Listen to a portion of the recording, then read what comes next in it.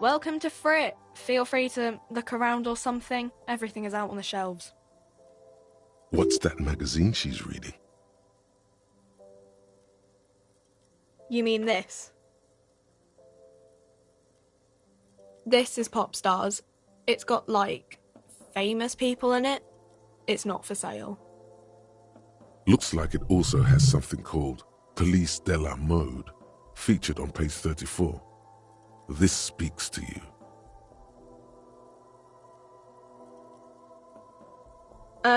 It's where they rate different outfits famous people wear. It's kind of funny. They're kind of mean. It's about who's the most stylish.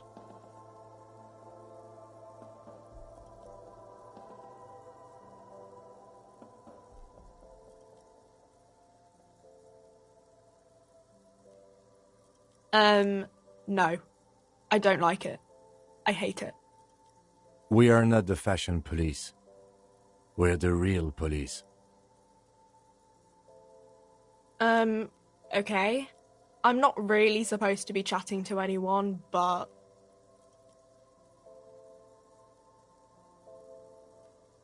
I don't really know anything. I mean, I know it's there, but I haven't seen it, so... Not really. No. I didn't know him at all. I don't know, really long.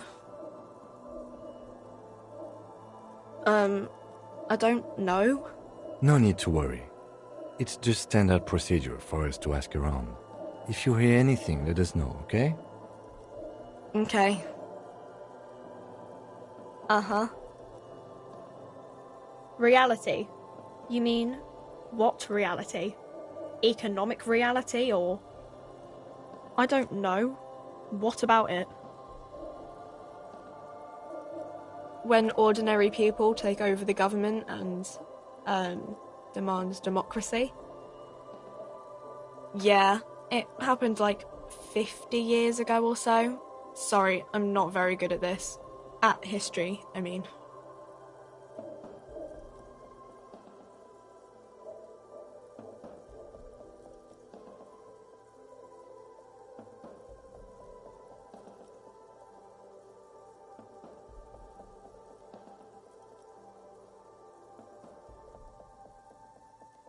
We're in Frit as mankind, or as a nation, or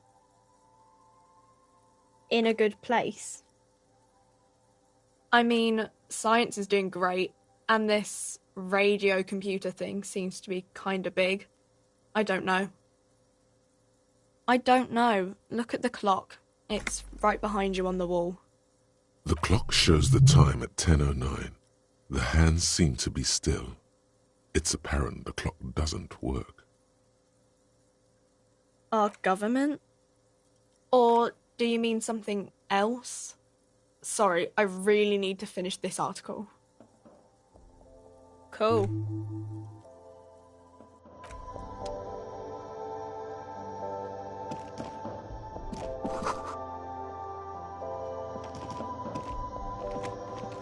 The tear machine stands in the corner.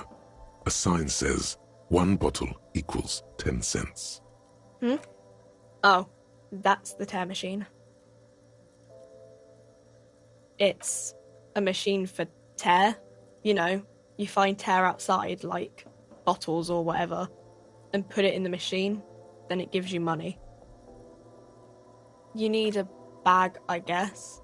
We used to have some, but we gave them all out, so... Feel free to use it if you find a bag, though. I'm sure there are some out there, somewhere.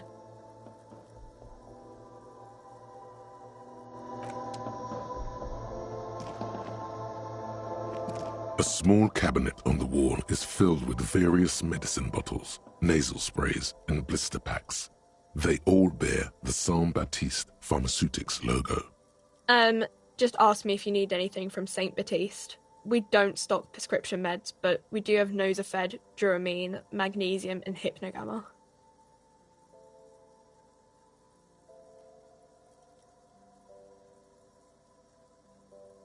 Okay, here. I hope Saint Baptiste makes you feel better or something. Okay, here. I hope Saint Baptiste makes you feel better or something.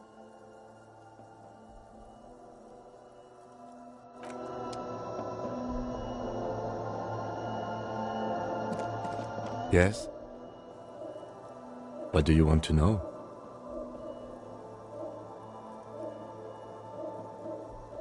Maybe you can tell me what you do know to help me narrow it down a bit. Do you want me to brief you? 3 days ago, the RCM Emergencies Desk received a report about a security guard who was found hanged in Martinaise. An anonymous caller said there was a dead body behind the Whirling in Rags hostel cafeteria. The cadaver had been there for 4 days. No one had come to investigate. During that time, the victim had been stripped of his belongings. The caller did not identify him, but used the word lynching. There is an ongoing labor dispute between the local dock workers and the logistics company Wild Pines. I was told we should approach the death as part of this dispute.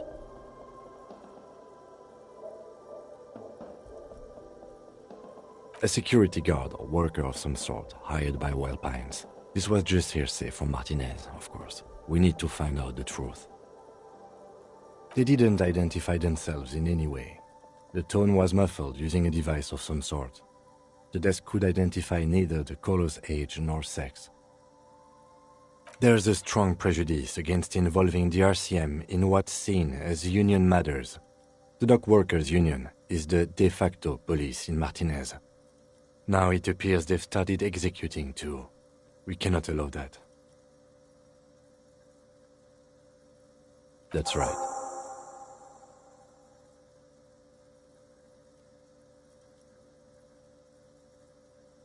Good. Me? I don't see how my life is pertinent to the investigation. That's a fair point. All right, for the good of the investigation, what do you want to know? That's because I'm half Seolite, or quarter. My father's father was from Seoul, so was my grandmother, but from my mother's side. It's not an interesting topic. It's a part of the world, officer. A geopolitical entity and a geographic division. I told you it wouldn't be interesting. You're barking up the wrong tree. I don't speak a word of Seolite. I've never met either one of my grandparents, and I've never been to Seoul. I'm a regular Revacholière. He's glad to have shut down your question.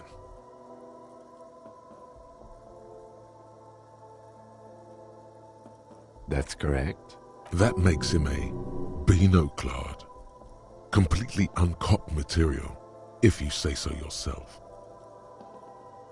Are they? They are mostly just cumbersome.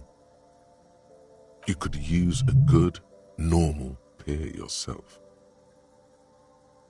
No. Your brain sends the signal to your lips, but they refuse the order.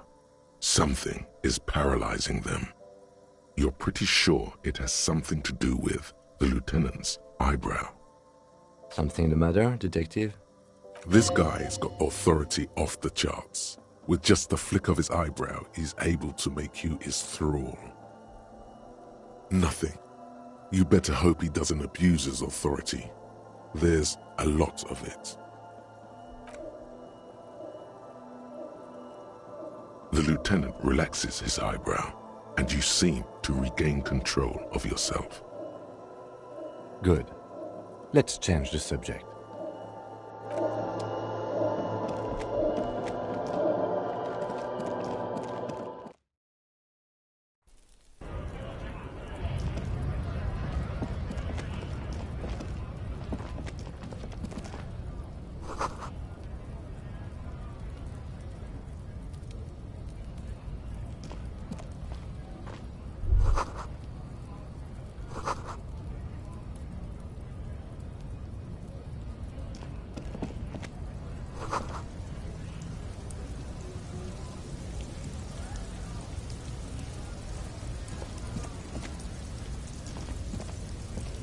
Welcome to Revachol.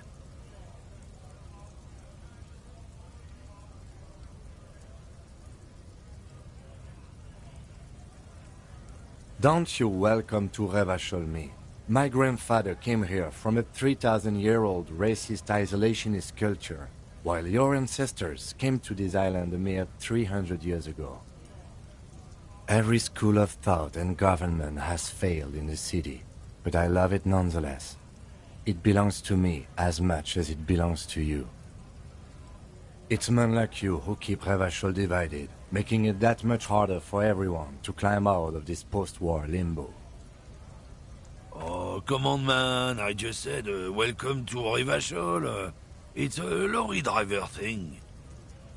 I know exactly what you meant. You think my kind doesn't belong here, that I should watch myself and behave. But you see, I'm an officer of the RCM.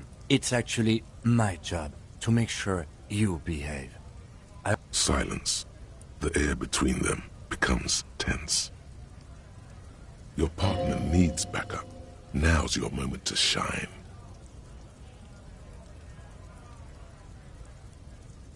You two make a cute couple. You know that? The lieutenant exhales and resumes his regular calmness. Whatever you say, officers. Oh, not much anymore. I'm here to pick up some cargo, but the dock workers are on strike, so it's a sit and wait on your ass situation. The strike? Oh, they've been at it for a while. A month, 2 months maybe. But this here is just the last week or so. Apples? Yeah, apples? He's given you the runaround. Let's be honest, you were bested. It's about biological determinism, natural law, the sorting of the races. Not the most popular topic nowadays, with the coalition in charge and all. You might want to change the topic. That is, bury your head under the sand like common sheep. Change the topic. The way he says it makes it almost sound like a threat.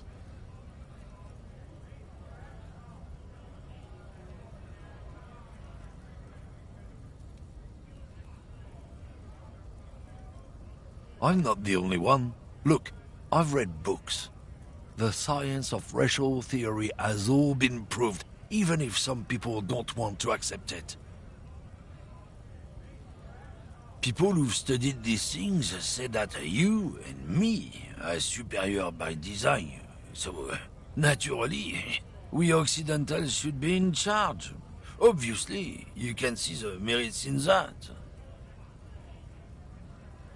So, lately we Occidentals have experienced an unfortunate downturn when members of the superior race cease to believe in their innate superiority. They stop competing for resources. This concerns you, policemen, so you better be vigilant. The damn kips are showing up good lately. Same with the mosquitoes. And the other intruder species too. They're on the precipice of cultural victory.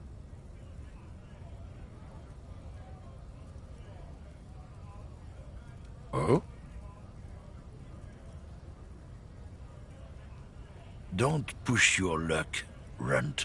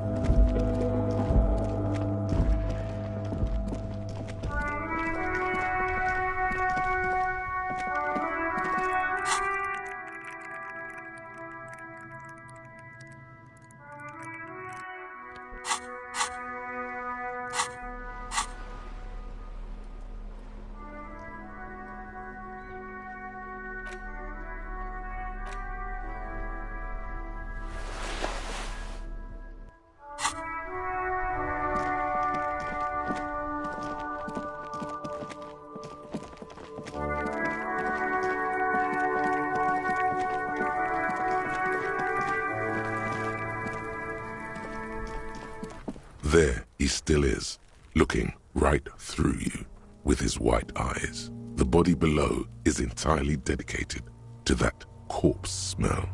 Emitting it is all it does now. Active decay. It's okay to throw up, officer. No one is judging. He's about to blow! Cock's gonna blow, Kuno! As you breathe in, the odor comes over you.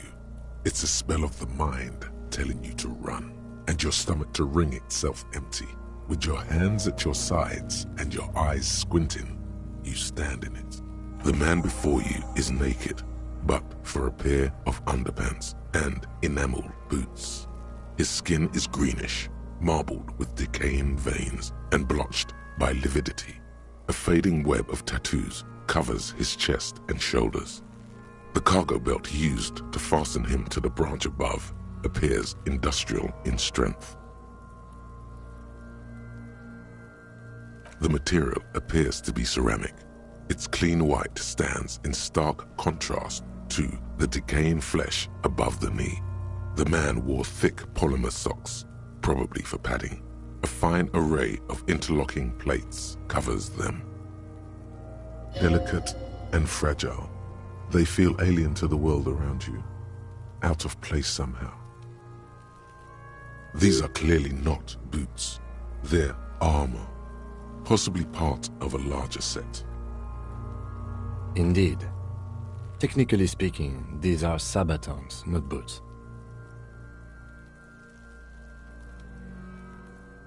Ceramic plate. Zirconium dioxide, most likely. This is where the make would be. Under the heel. Fair weather. Fair weather model T500 VE. I'm guessing that's vitreous enamel. This is advanced stuff. Piece by piece. He's been out here for 7 days. It would be odd if they didn't. We should keep a lookout for these pieces. The armor could yield information. Maybe he'll know something. If you wear those pieces, it will help me protect your mortal coil.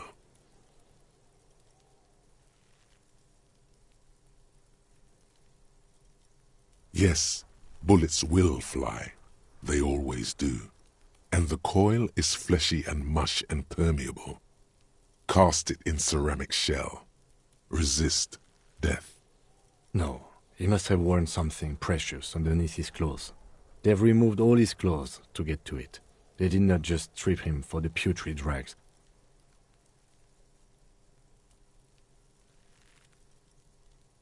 They usually hang them completely naked for that. La puta madre, the Mazda, the Besmerties and the like. This one still has his underpants. Fucking talking about underpants. It is. It's expensive. We've requested similar material for our tactical units for years now. The constabularies deemed it too costly. In that time, we've lost 6 men to semi-automatics. For a full set, about 4 years of wages. By catching, do you mean, let's not log them as evidence? Let's steal them? What was that about the constabulatory before? You need to push some buttons if you want to recruit the lieutenant in a conspiracy. So they don't get shot in the foot? I think our extremities are fine without a dead man's boots. Oops. Well, no one said it would work. Back to detecting now. That's for us to find out. My initial report on the area suggests he was a security guard for the harbor company. But that's just hearsay. Just something I scraped together from my station. An area report on Martinaise. I'm sure you did the same. He's not actually sure of that. He's just being tactful. I agree. This equipment is way beyond what a guard can afford. A small bell-like sound fills the air, like tapping on the side of a porcelain cup. Suddenly, your biceps coil up, Your elbow is sharp and cocked for a punch. It's anything but. This material is a kinetic redistributor. It spreads kinetic energy horizontally, from plate to plate, dissipating it entirely. See? Faint, organic lines cover the plates where they separate into smaller ones. These plates then divide into smaller plates until there are hundreds of them altogether. Like the scales of some ancient white monster, cracked and pearly. This feels dangerous. Are you sure? The stench fills your nostrils as you push downward. Stop! Pig's gonna pull his head off. Brutal! You're about to pull his head off. Do it, homo!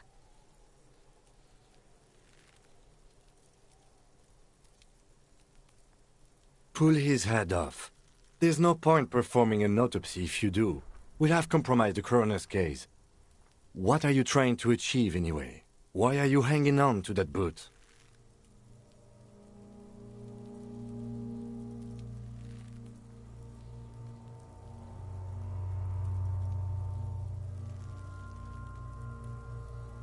Maybe we should concentrate on what's outside the boot and leave what's inside to the boys at processing? Just this once. Besides, there's no way you're getting them off. All the organic matter in his body has been flowing down into the boots. They are fused to his feet now. Why do you think the locals haven't scavenged them yet? You're sure there's a way to peel them off, but first the body needs to be down. And second, it would probably be better if the lieutenant wasn't around. The anticipation makes you crack your fingers. Feels nice. Nice and cracky. Processing will take care of them. With the situation in the morgue, it will yield nothing. But we must pick our fights. Should we continue? The cadaver slowly twists on the cargo belt, his torso covered in tattoos, and extremities blotched pink and blue. The hangman's knot is pulled tight by the weight of the corpse below.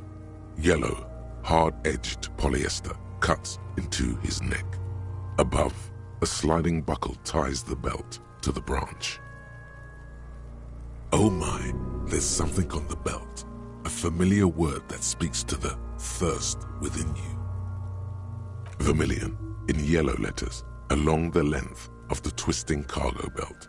Only a deep longing for vermilion golden spirits lets you decipher the fading logo of the local brewery.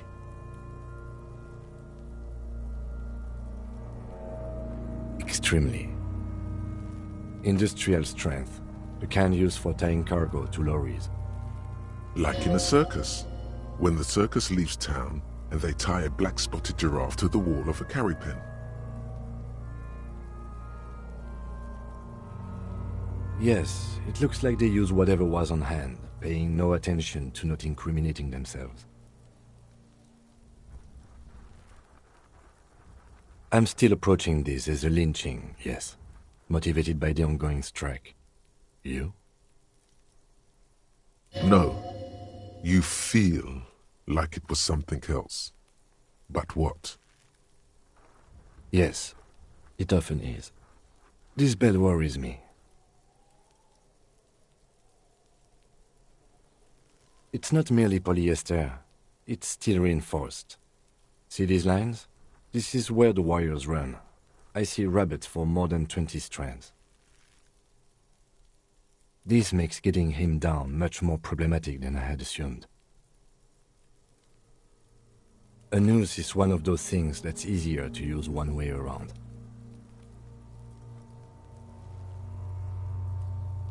That ladder can't carry a grown man. I didn't see any splintering either, did you? I think they lassoed the branch, then pulled on the belt to close the buckle. The cadaver hangs from the cargo belt, limbs limp and torso covered in tattoos. An intricate web of blue lines stretches across the torso, from the right shoulder to the solar plexus. Each time they intersect, a small white star is formed in their crossing. Hundreds of fading asterisks riddle his skin. Their concentration is highest around his heart. His corpse is marked by stars. Alcohol and heartbreak. Your fist clenches suddenly. Decay is creeping on the tattoo. Already, most of the canvas that's holding it has darkened. Now, it disintegrates slowly, letting out a stink. A map of the stars. I do see some similarity to astronomical charts. Great Century Messinian, maybe. But this seems more particular. Customized somehow. As if someone left out most of the night sky, filtering it through personal choice. The principle of this filter remains unknown to you. The thought dissipates, and you feel as though you were only half right. So am I. He takes a thin piece of milled aluminium from his coat pocket and pulls it open. Sounds like a sword being unsheathed. A small lens appears, some sort of camera. A Trigger Sunshine. Mini. Shit, Kuno! What the fuck is that? An instant color camera.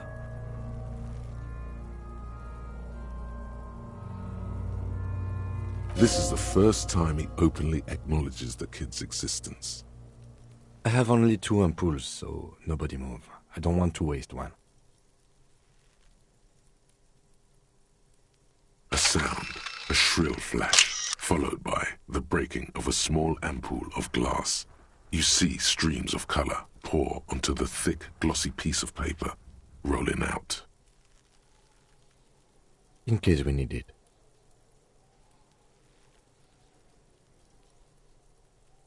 Yes, it is pretty cool, isn't it? It contains insight to the victim's person. By his build, I'd say this was a man of physical violence. The story he wanted his body to tell was important to him. It is his letter, to us. Someone should decipher it. We'll need to show it around.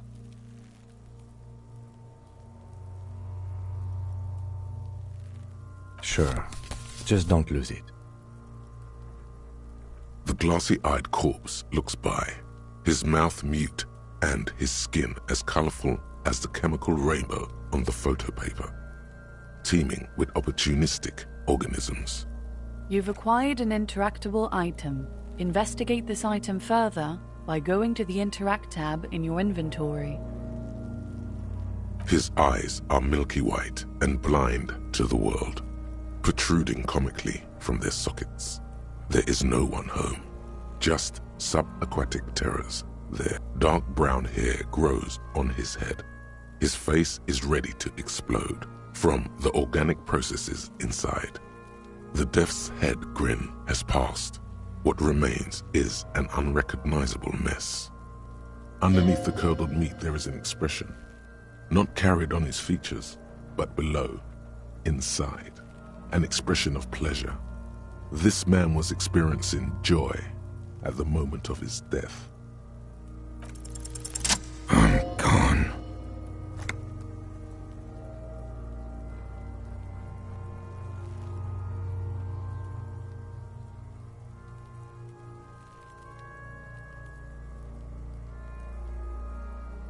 Maybe I was getting my rocks off. Do I look like an erotic auto-asphyxiation type to you?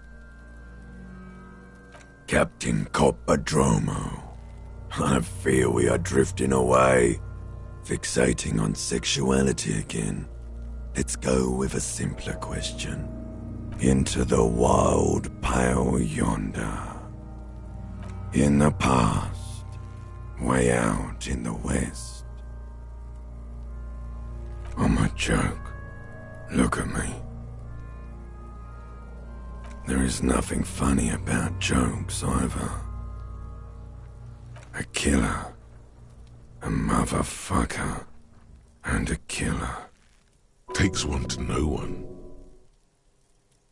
Go ahead, Coppo.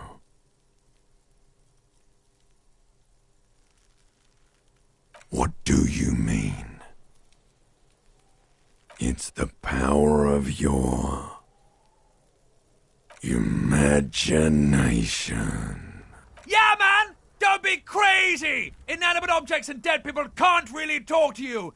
Your wild imagination is doing this. Ask some more of those questions you love so much. He loves those. Because you're a copperoonie. Look at all of them go. Here you go, you loony. Fuck no. You're no Rooney. Listen to yourself. You're not a Raphael anything. You're probably just Harry or something. That's right. Harry. You can be anything you want, brother Coppo. Because you have. Come back later, Coppo. Amuse yourself with my frank manners and my memento mori features. If possible, also, see me in your dreams. As you narrow your eyes, the monster before you blurs into a violent mess of green and pink. Only the lower extremities are pink with a dash of blue. His fatted hands, thighs, and his neck, just above the noose. The rest of the corpse appears dark green in the cold spring air. The cadaver slowly twists on the cargo belt, his torso covered in tattoos, and extremities blotched pink and blue. Are you sure we finished the preliminary examination of the cadaver? We might miss some of these things once he's done.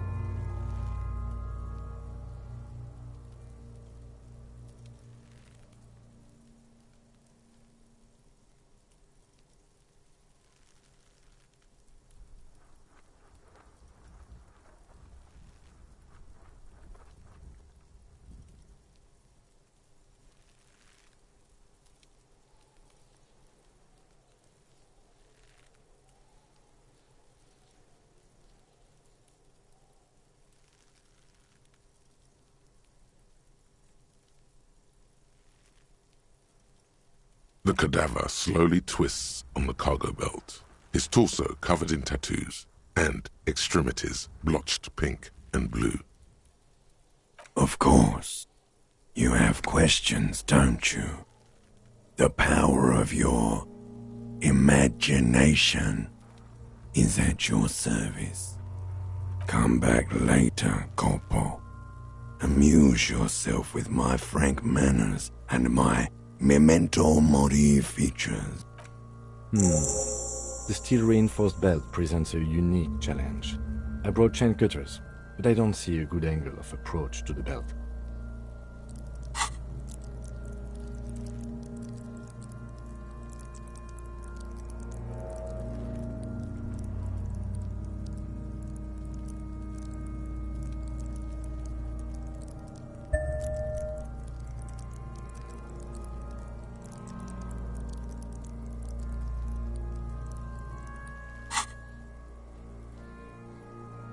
The cadaver is a good 1.2 meters up. Neither one of us can reach the belt without assistance. And even if we do, there's the question of cutting it.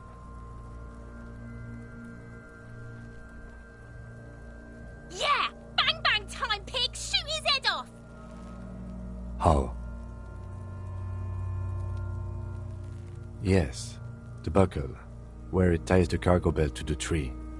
If the shot hits that, then there might be a small chance to release the belt. Yeah, now we're talking. Entertain a Kuno with some shit. They'll miss. The pigs will miss Kuno. The lieutenant is undecided. On one hand, he wants to shoot some gun. On the other, it's an awfully stupid idea.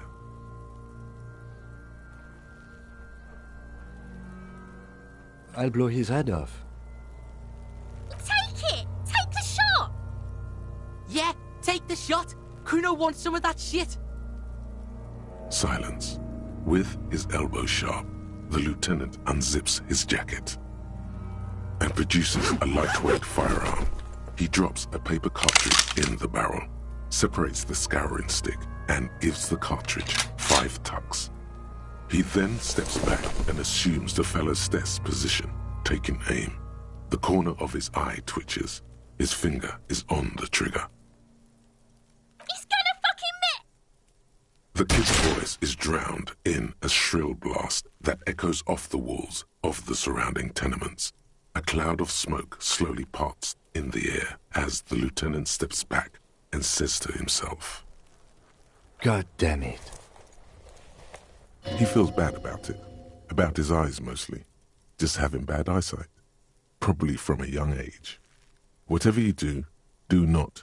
Fucking idiot. Kuno could have hit it easy, but then Kuno's not fucking handicapped, is he? No, we are lucky as it is. We didn't break anything, and the victim remains uncompromised. Any more mistakes could put us in an unfortunate position with the locals. We have eyes on us. I didn't do us any favors with that. I have to say, it's beginning to look unlikely we can get him down without assistance.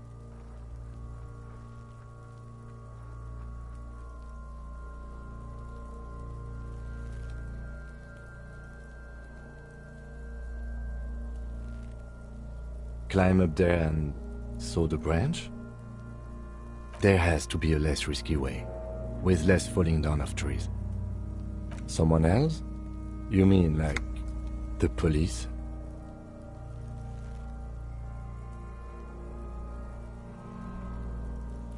Sadly, yes. The whole RCM is out there right now, doing the exact same thing we are. Are we in a rush to help them? Not with this on our hands. I know it's hard, but I assure you, the others won't come to help us. And we have a growing sanitary concern here. We need to get him down, fast. It's bad as it is, us shooting firearms like punks here. Go ahead, I'm not stopping you. Just don't hit the victim. They only have one gun. Oops. This is the sorriest pair of pigs Kuno's ever seen. Officer, why do we only have one gun?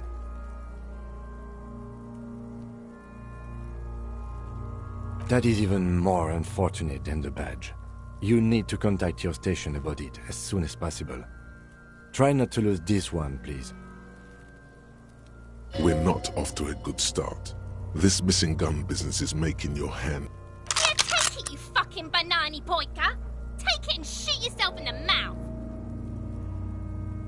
The cold piece of bakelite and gunmetal is surprisingly light. Your fingers fit right through the guard, instinctively resting on the trigger. The fuck are you waiting for, Kuno? Tell him to shoot himself in the mouth. Kuno is silent. Aggression gathers in the air. The trigger feels delicate and ready to break under your finger. The buckle comes into focus in your sights. You stand with your feet planted firmly in the ground and your left hand supporting your gun arm. Why don't you just shoot yourself in your mouth? At least you won't miss.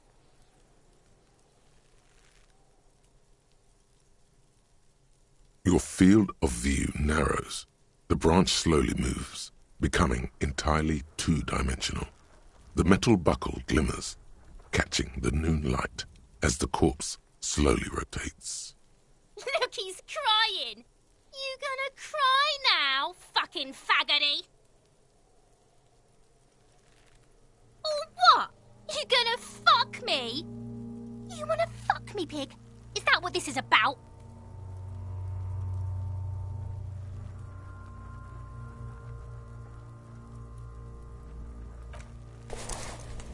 I agree. Enough gunslinging for today. We need to access the harbor and ask the leader of the Union to have it taken down. They have the tools, and they have men. I did not want us to be indebted to Evrard Clare. I wanted us to be able to deal with it ourselves. That is clearly not the case. We need help. You need to suck my dick! Why the fuck am I still alive? The leader of the Union, a dangerous and corrupt man, one you don't want to be indebted to.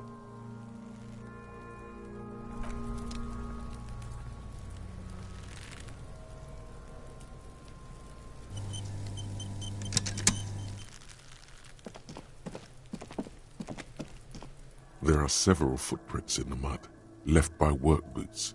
Anywhere from 6 to 12 pairs have walked here.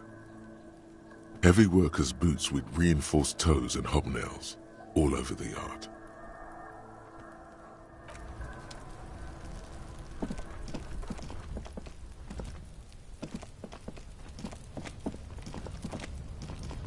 An inconspicuous pile of the roofing material Eternite. It's nothing. Someone just left some roofing material slanted against an old shack. Because it's nice and orderly, well-laid pallets, easy on the eyes. No, there's more to this. You get this strange feeling. Hard to say. It's gone now. Feelings pass, you see. Especially the small ones.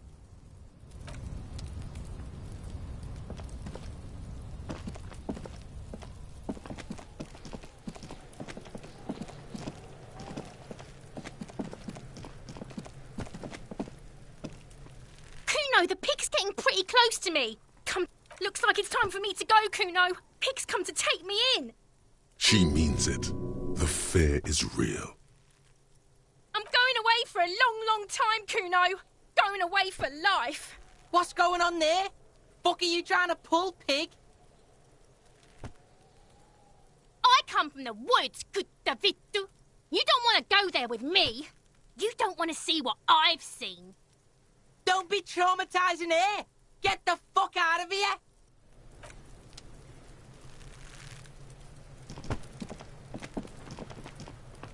Fuck does Kuno care?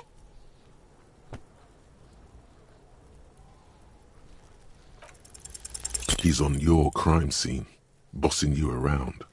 And he's been here for some time too. Get your snout out of Kuno's ass. Kuno knows how hard Kuno pushes it. Kuno pushes it hard level. You should give up, Popo, or the Kun will keep fucking it out of you. You okay, Kuno? That went wrong. He took it as a compliment. Then he had a minor seizure. Yeah? The kingdom of Kuno? The fuck do you want with it? That's just some shit roofing gimps left behind, lazy dinks. There it is. That strange feeling again. As if there was more than meets the eye about that pile of roofing material. The fucking well! The fuck are you talking about? Ask me a normal question, pig! They're trying to make you feel stupid, Kuno. You glance again at the roofing material in front of the shack. Yes. Yeah, whatever. Kuno doesn't give a shit. The fuck about it? Kuno doesn't give a shit about the armor. Kuno's fuck gimp's got one big thing wrong with him. He's a fucking mutant. Look at him. Fucking growth hormone shit. He's a giant. The armor's too big for any man. Kuno doesn't give a shit about that freak armor. Kuno threw that shit away. Oh, come on. He's just pretending that he doesn't care because he's too small for the armor. Kuno tried to get the helmet on. It was too big. Kuno kicked that shit in the sea, rugby style. That shit means nothing to Kuno. Yeah, that shit means nothing to Kuno. Kuno doesn't give a shit about material shit. Kuno's a fucking monk. You wanna fuck on someone about that armor? Go fuck the mustached union fuck. The jolly troubadour shit at the gate. Yeah, cocking boot. You know that jolly union cow fucker? Came around talking about cows or some shit? Came around pretending like he cares about cows? So yeah, he's the one you want to talk to. He's fucking crazy about that armor shit. Coming here pretending like he likes cows. Trying to catch a peep at Kuno's armor. Go to the gate. Ask him yourself. Yes, this troubadour has it. You can feel it. You're testing Kuno's patience here. Get lost, Kuno doesn't fucking care.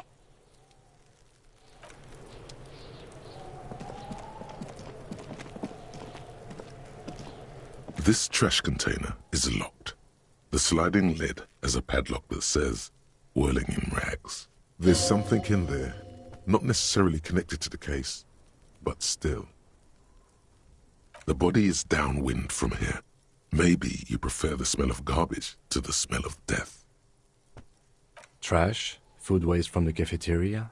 They lock these containers to keep the derelicts from flocking in. Could be evidence too. What do you mean, feel? I agree. We should get someone from the remote viewers division here. All the detectives from all the precincts who experience extrasensory perception go to the remote viewers division. Their work is invaluable to the force.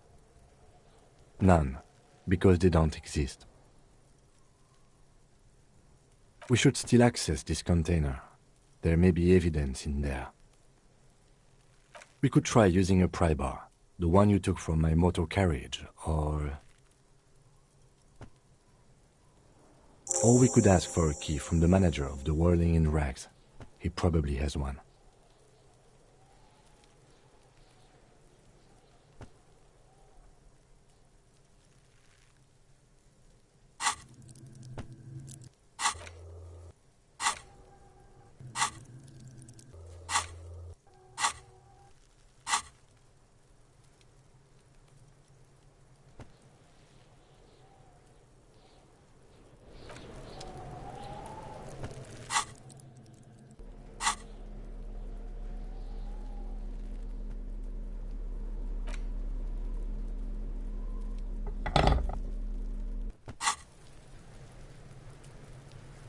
This trash container is locked.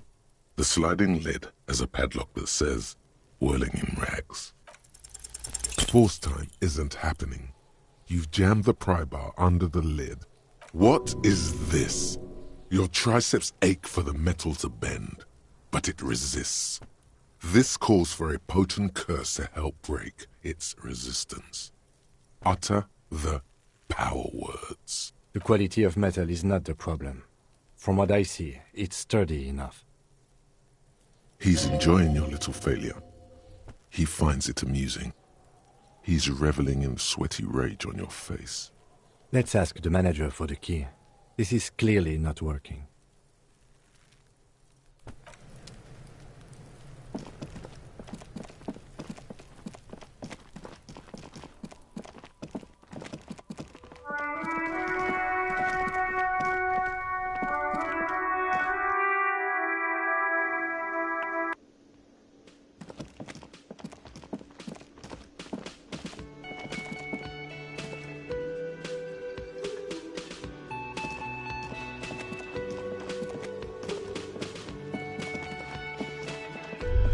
A thin man is smoking below an exhaust hood, occasionally sipping from his mug. This must be the Whirling's cook. As you step in, he nods toward the table and says something in a completely foreign language. The only words you can make out are Garanci and Quebec. It must be his name. Garanci. Garanci Quebec. Sounds representative.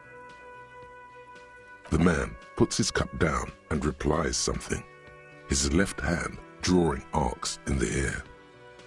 He smiles and bangs his ladle against each of his pots.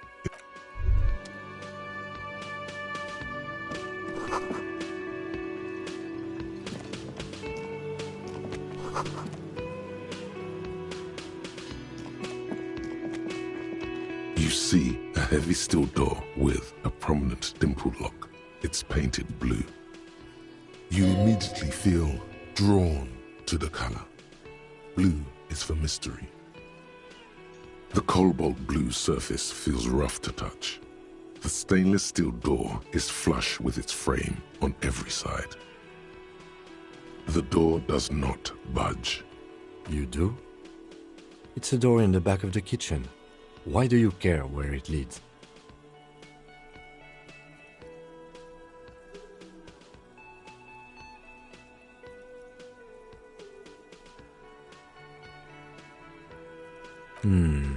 Yes, I suppose it's worth seeing if we can get in. Just to be thorough, as a side investigation. Gart is the person to ask about this, the cafeteria manager.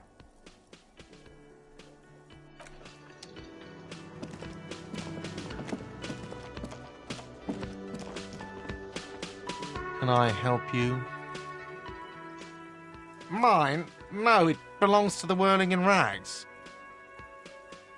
Thank you for clearing that up. Why do you keep the container locked? Why? To keep the hobos and drunks out. That's why. And the neighbors too. They put their trash there and they don't pay for the garbage company. I thought as much. And are you the only party with access to the trash container? Well, yes. Us and the garbage disposal company.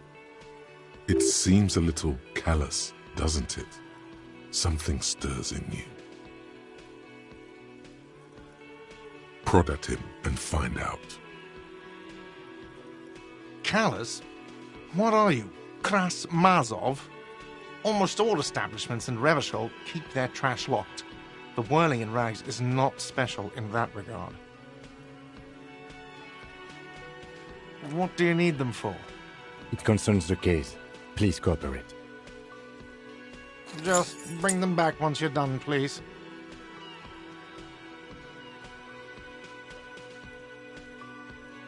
Another thing. Great. I love those. Oh, yes, that door, sure. There's nothing mysterious about it. It's just a door. No, I don't have a key. I don't know how to get there. And I don't care either. It's not like I've been wondering about it for 10 years. It's just a frick warehouse, probably. Or some boring storage space with a bunch of old junk and dust. Junk and dust. He's attempting to maintain an air of indifference. It's absolutely not convincing.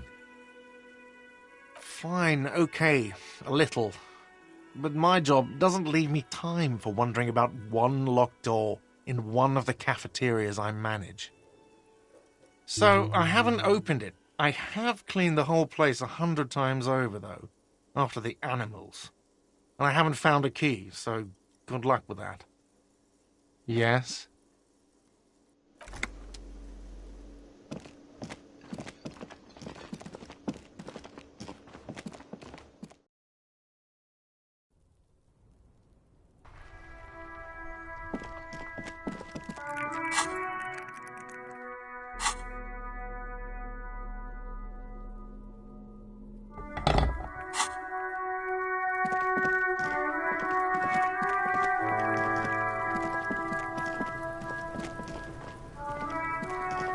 This trash container is locked. The sliding lid has a padlock that says, Whirling in Rags. With a well-oiled crack, the lock pops open. It should now be possible to simply raise the lid. Don't. Maybe you shouldn't.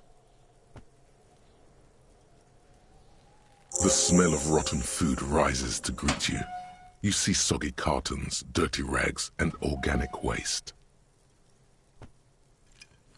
We're just in time. This hasn't been emptied for over a week.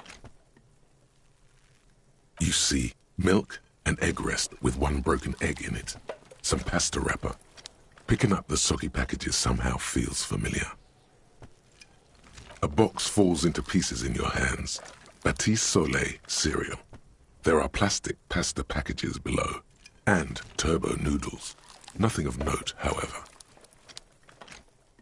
Among the threadbare kitchen towels, something catches your eye. A pair of denim trousers. As the legs of the slime-covered jeans begin to unspool from the garbage, a rank corpse smell fills the air. The victim's clothes? Cadaverine odor is faint. If these belong to the deceased, they were removed when he was still in the early stages of decay. Drop them in here, officer. Guitar-marked blue jeans. Pockets empty or emptied.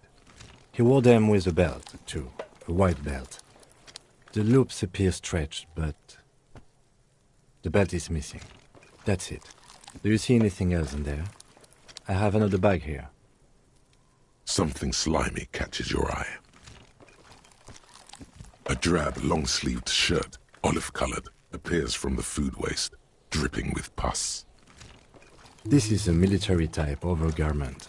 No label or serial number. This is the kind of rib-knit shirt that's worn over light armor to conceal it in an urban scenario. Anything more? The rest of the rags are just kitchen variety waste. A yellow old mug that catches your eye. But other than that... All right. We should go to Gart again and ask if he knows who put the clothes in the trash. It could be as simple as someone from the hostel cleaning the yard. Or that one. I'd advise against confronting that force.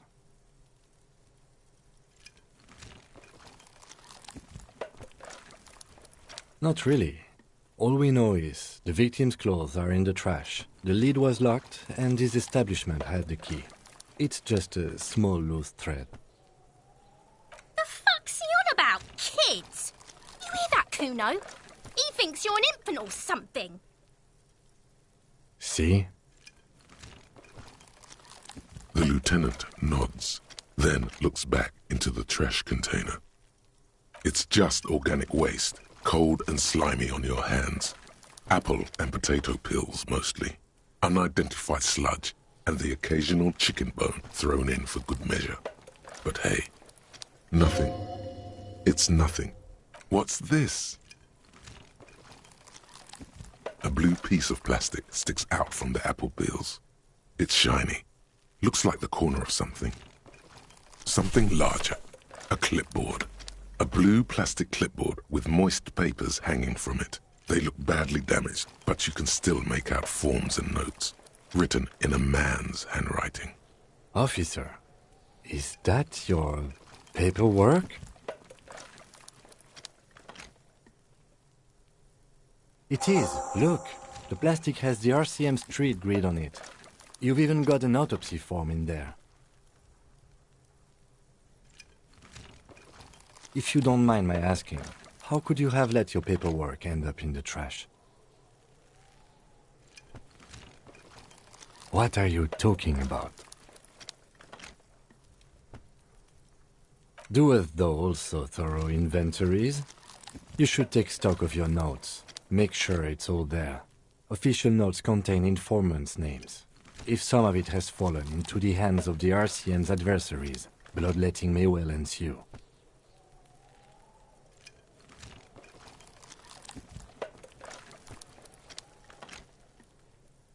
It would also not hurt to start taking notes on the case.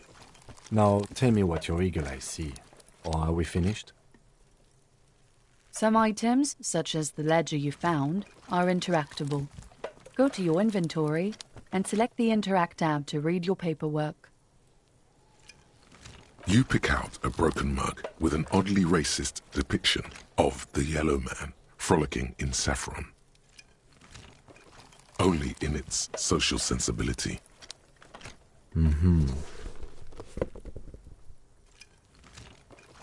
The container sounds a muffled gong. That's one thing off the list.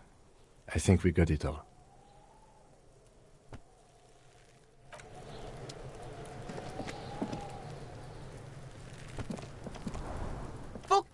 okay?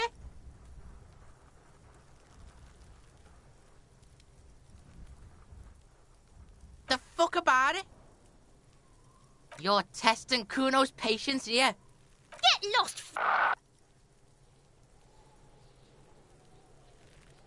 Yeah? The kingdom of Kuno? The fuck do you want with it? Yeah, Kuno doesn't know shit about that. That shit is beneath Kuno.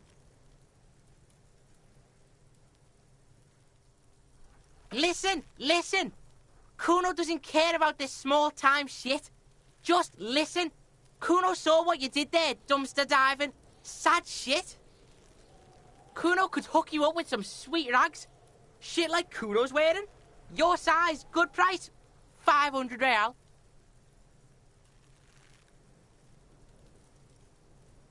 Look, Kuno ain't seen shit lying around, except for that up there. Now, you want performance gear or not, Grandpa? The lieutenant remains silent, but his expression couldn't say, "I told you so," any louder.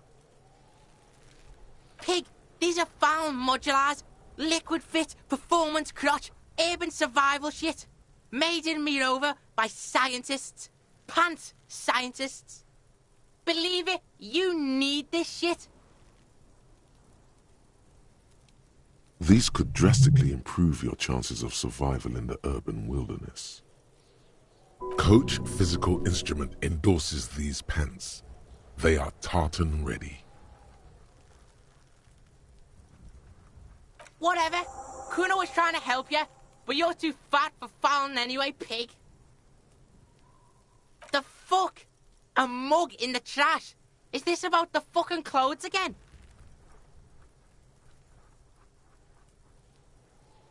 Yeah, Kuno sees where this is going. Kuno's got that fast brain. You saying you pigs are after the mug fucker, 'cause he's the clothes fucker? I can't hear you, Kuno. Speak louder, Kuno. Shit, that's tense. Someone's going to the beat-down basement, huh? Mug guy gonna get tied to the radiator. The kid may have something there. He's already come up with an interrogation technique too. Kuno doesn't know who put that shit in there. And if he did, he wouldn't squeal. But if you find out, maybe you can... Stop turning into a pig, Kuno. They're trying to get you hooked on the snitching. Get away from my Kuno. Yeah? Get your bacon shit away. Kuno doesn't like to be seen with the popo. Get your shit done and out of Kuno's face. Yeah, whatever. Kuno doesn't give a shit. Kuno doesn't fucking care.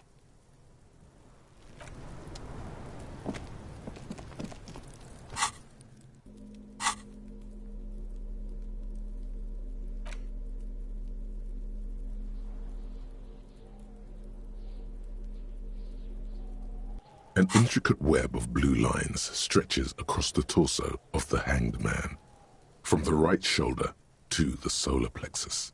Each time the lines intersect, a small white star is formed in their crossing.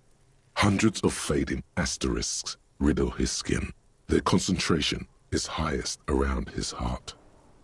It still kind of looks like a map of the stars in the night sky, but something's not right. For you to discover, you've gotten as far as you will without assistance. Someone close to the victim might know. Gone.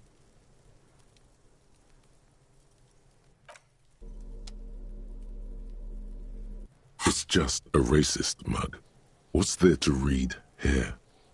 Not much. Oh boy, here we go. What are you going to say about a broken, tossed-away mug that you dug out of the garbage?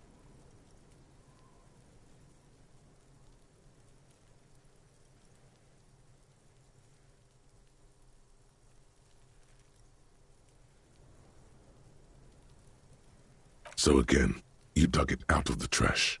Why? It wasn't going to... It's the letter you found in the trash. A pitiful cabbage of white and yellow papers hanging from plastic board, barely held together by a metal clip. This sad display is made complete by the faint smell of urinal cleaner. There's a piece of toilet paper, or is it cleaning tissue? No, it's toilet paper, desperately sticking to the back of the blue plastic clipboard. It's a metaphor for you. Below the pathetics, terror. Do not look into its blue heart. It's just toilet paper sticking to the back of the plastic clipboard. You can take it off if you want. Still wet, the toilet paper peels off the plastic easily. All you have to do is shake it off with your finger and voila! The ledger now looks marginally better. An aluminium block runs the width of the board, biting down on the paperwork. Its crocodile teeth are the only thing keeping the papers together. A regular pencil, the tip worn down to nothing, has been attached to the clip. The surface is interrupted by a silvery sticker. It's rectangular, sparkling with iridescence. You don't know how you didn't notice it before. What? That thing. It's a halogen watermark. We use it for adding information to RCM property. Any capable light with the right wavelength will do. All RCM vehicles have headlights designed to reveal halogen watermarks. Mine too. This means you can read the watermarks if you just turn the lights on. It depends. Aside from an anti-counterfeiting stamp, mine has my station number and address. The information varies by date of issue. How many years you've been on the force, he's thinking. It'll have that.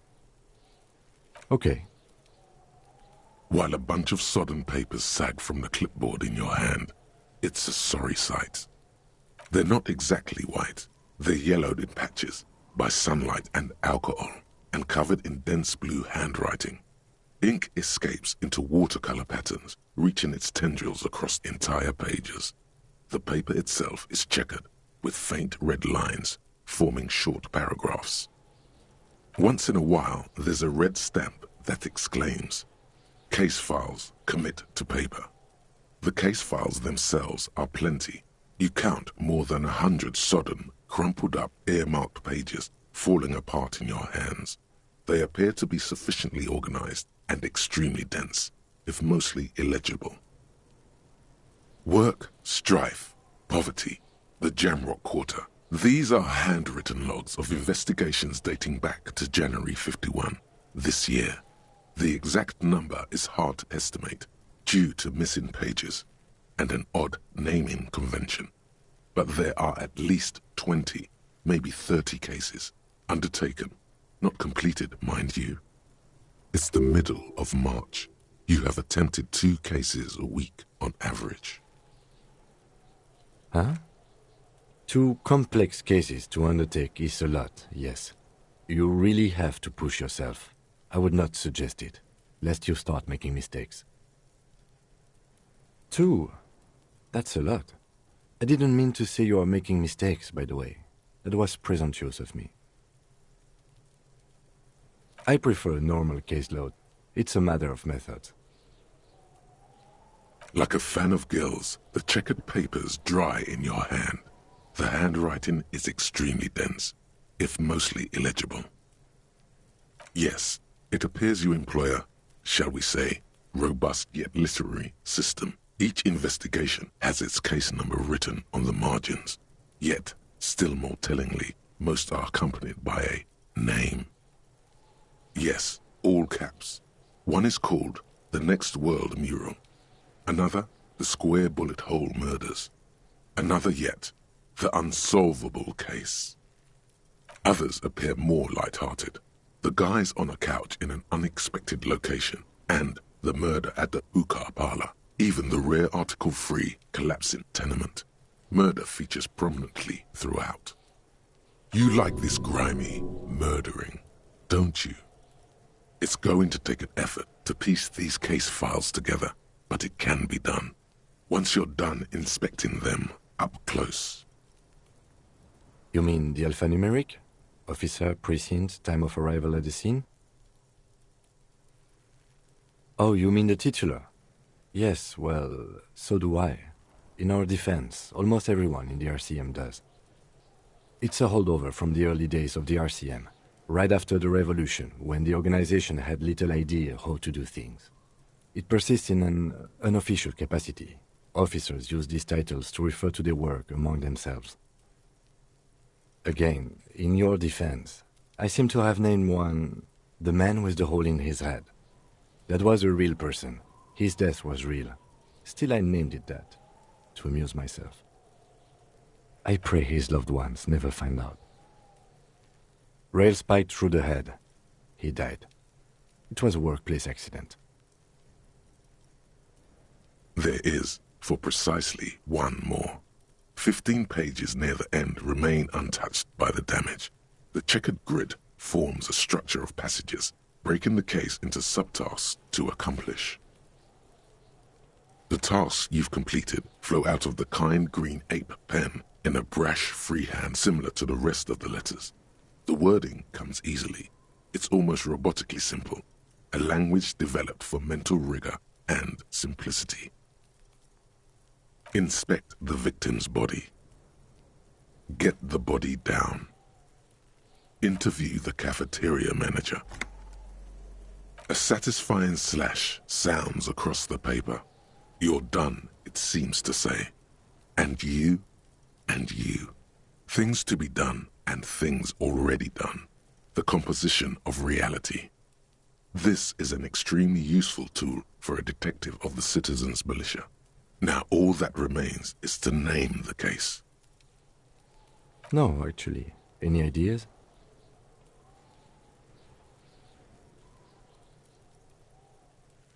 Furies. Yes, well, I don't know. I have to be honest, I'm not experiencing the internal strife that it refers to. And also, could you make it less poetic somehow? Just a normal case name, you know? Think, what would that be? A good normal name. Great, that's great. That's actually what I was thinking too. The Hanged Man. Good strong name. We have a very good name for the case now. I'm going to start calling it the Hanged Man. It's good we sorted this out. You don't exactly close them, so much as distance yourself from the smelly papers. They're a little further from your nose now. Arson, petty theft, spousal abuse. Handwritten logs on dozens of investigations date back to January 51. You don't exactly close them, so much as distance yourself from the smelly papers. They're a little further from your nose now. In the back, you see thin, translucent copier paper. Some neon yellow, some bright red, all covered in boxes, like marching armies. These look like official forms, waiting to be filled out. Then rip them from the binder and hand them out, according to type of form. 3. The topmost are misconduct fines, the middle ones are station calls, and the bottommost are field autopsy forms. Each is easy enough to make sense of.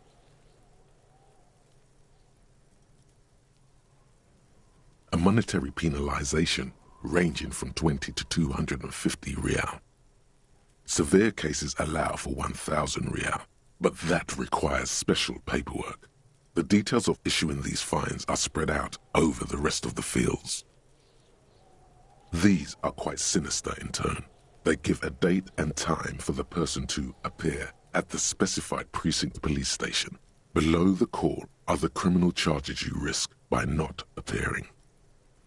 A dozen pages of thin copy paper, bright red in color. You see the parameters of a deceased human form waiting to be filled in. Age, sex, condition of internal organs, color of the irises, predation marks, condition of sexual organs. Yes, all that remains now is to fill those forms and hand them to people. Fines for wrongdoers, interview requests for bad guys, and field autopsies to dead guys. What delicious power hid within this pathetic mess. You feel better. The rest of the stinking cellulose is much worse for wear. Being sandwiched between the board and the rest of the paperwork must have spared the fragile copier paper. It's made of dark blue plastic, hard enough to beat someone to submission with. The edges are rounded, however. The U4 size board feels thick and heavy in your hand. Light shimmers on its wet surface. On the back you see the embossed letters, RCM. Something rattles inside, ever so lightly. Is there a hidden compartment? The plastic shimmers like lapis lazuli, but it is not see-through. You cannot see to its center. Blue. The blue heart. Don't look into it. With your hands, U4-sized pages hang from the clip screwed to the top of the board.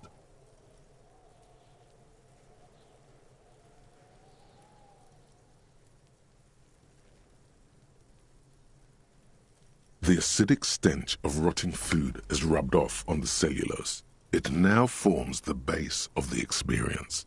This base surrounded by a faint air of spoiled meat, the stuff of death itself, and then sprinkled liberally with the citrus zest of toilet cleaner. Yes, you can piece them together using the alphanumeric code on the margin. It always begins with HDB41, then date of initialization and time of arrival on the scene, followed by the title. For example, HDB 41120111700, the next world mural. Why, yes, your precinct number is 41. Every last alphanumeric in the files begins with it. And these are your case files. It's safe to say HDB are your initials.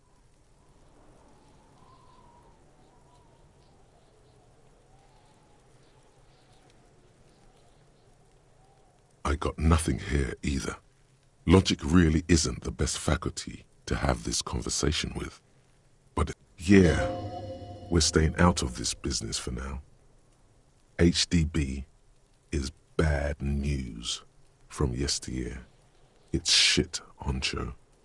It takes about half an hour to piece one together using the system you've devised. Where do you want to start? Not much has changed in the meanwhile. A bunch of sodden papers still sags from the clipboard. Is not what you end up doing. You squeeze the plastic to slide it open, but nothing happens. Then you bend it some. A hot flash of rage comes over you. For a moment there, before it recedes, you feel as though you might just squeeze a tear of anger out of your duct. Makes you wonder, why? It's unjust, that's why.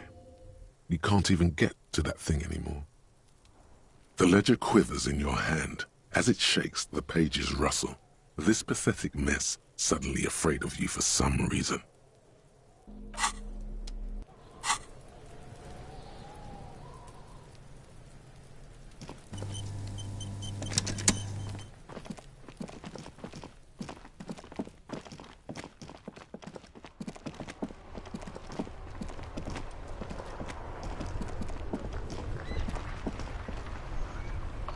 Inside, you see a set of steering levers, a radio microphone, a pull-out toolbox, and the soft glow of the fuel preheater gauge. All right. Ready? I turn, you press start. It's next to the preheater. He's downplaying his excitement. The lieutenant is more than happy to show off his precious carriage. The dashboard lights up with orange glow. The rounds per minute gauge jumps, and the engine of the Caprice Canadian comes to life. The lights unfold with a little click, casting electrical light onto the ground before the vehicle. There you go. I'll turn them off from the remote once you're done. We just need to stand in front of the machine now.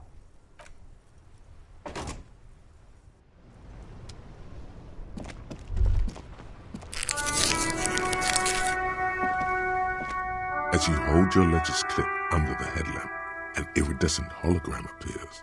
A street grid and the veins of a great river. A familiar sensation washes over you. There she is. Revachol West. Around the borders of the watermark are dozens, no, hundreds of micro-perforations. The rectangular watermark is overlaid with the logo of the RCM, and yet the major arteries of Revachol are all recognizable. They shimmer in the Kanema's headlights. A rat brazenly darts past you and disappears amongst the stopped lorries. In the distance, a child somewhere shrieks. A woman reprimands her in a voice no quieter than the child's cry.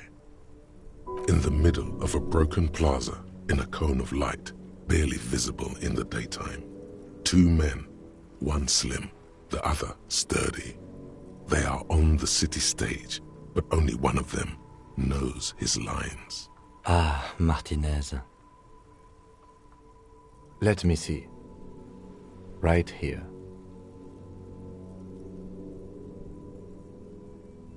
No, it does not.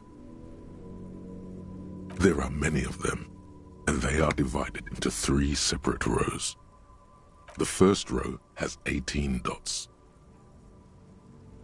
The next is the longest. It runs all the way around the border, and then some. There are so many, it's hard to count. More than 150, at least. Maybe even 200. The last row has 3 perforations. That's it. Those are perforations. They represent your record as an officer of the RCM. They are your statistics, as it were. I should have guessed you'd keep a record. Officers often do. Let's take a look. Son, here is where we score your life performance. You better hope it's good. The first row represents your years of service. 18 years. Okay, not bad at all. What did you do before you volunteered?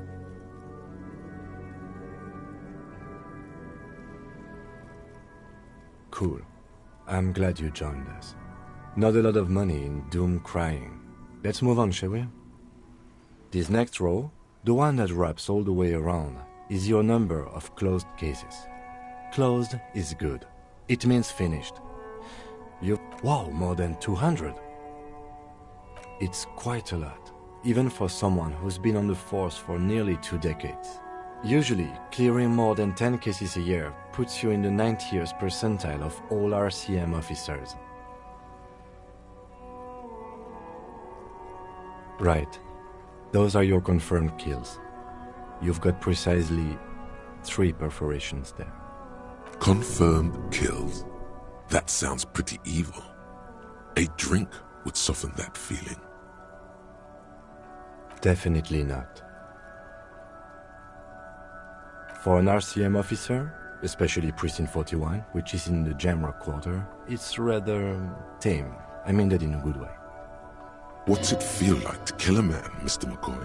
A young woman asked the man across the desk from her. Honestly, babe, says John McCoy, crossing his ankles over said desk. I don't feel anything anymore. It's just like brushing my teeth. I do it once or twice a week and don't really think about it. There's no trace of guilt in his voice. There are certain officers who treat their kills like some kind of ghoulish game. If they do happen to solve a case, it's usually by accident. But it seems as though you are, or at least were, one of the good ones. So we have that to be thankful for. He's sincerely glad you're not a scary predator. Not to say relieved you're competent. Yes. It's not a problem for him to state it, however. Everyone has their own method of coping. Some more effective or self-destructive than others. Personally, I find it helps to keep up a few hobbies. Why not gardening? You've already got the... It's meant in earnest. Please don't mistake it for a jab. The lieutenant nods. Right. I'll go turn off the lights. You can now see your statistics on your journal page, to the right of the task description.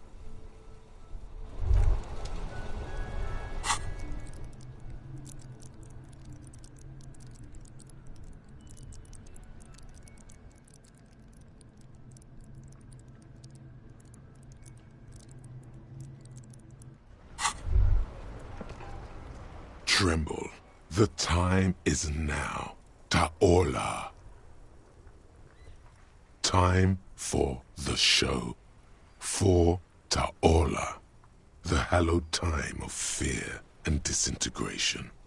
A countdown has begun. All will collapse on itself. The world will disappear into a single grain of blackness.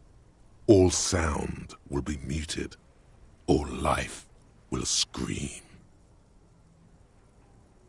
Monday morning, the moment you arrived in this reality, are the first crack in the sheer face of God. From you it will spread. Ulogu Theodos, Xino Zausin, Ipoli Osidian, Echondes Fronisin. Yes, you spoke the words of the Palindropos and the houses of Pericarnassus. Items, people, even words will tumble. All will lose its meaning in the coming years. That is why you marked yourself.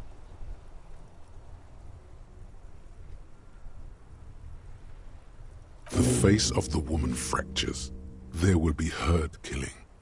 We all become vapor.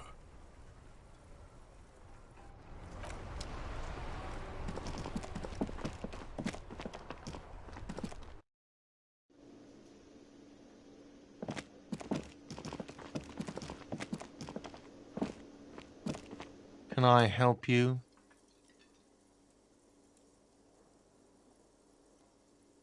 Thanks. I hope you found what you were looking for. How strange. I certainly didn't put them there.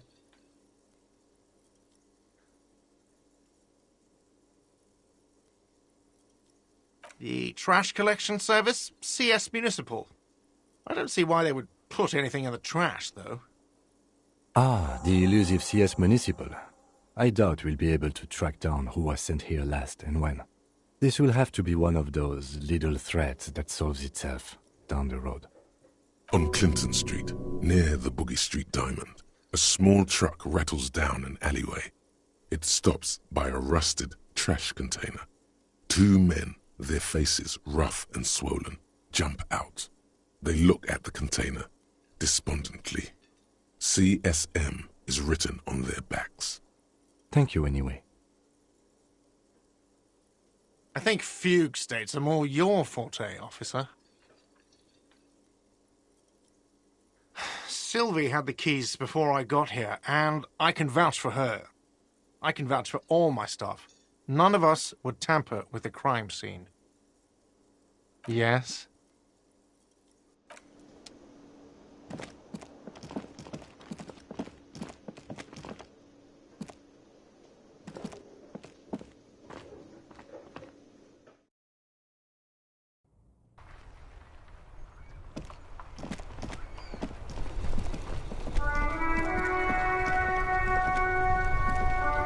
Inside, you see a set of steering levers, a radio microphone, a pull-out toolbox, and the soft glow of the fuel preheater gauge.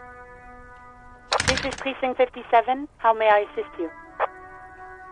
Just a second, officer.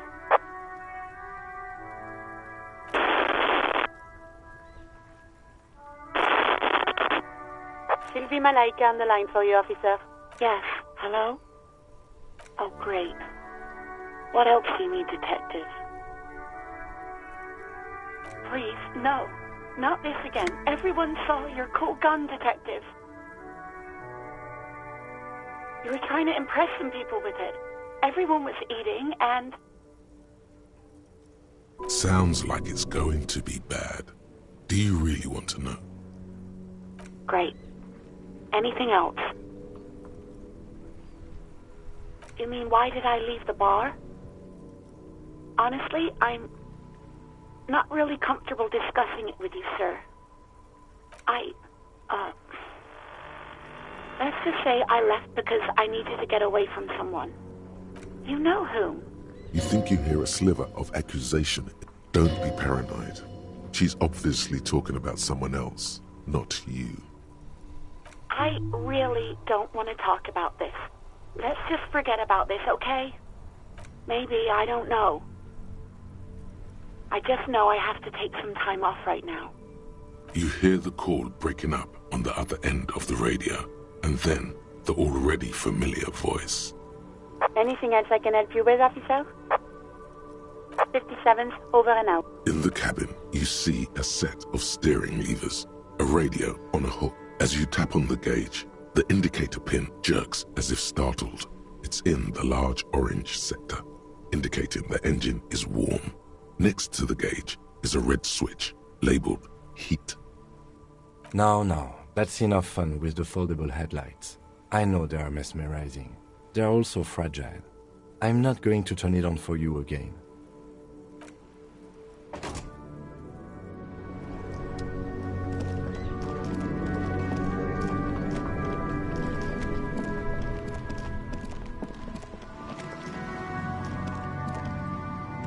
Hello, sir. Step right in. The store is open. I know, sir. Yes, people get that you are the law.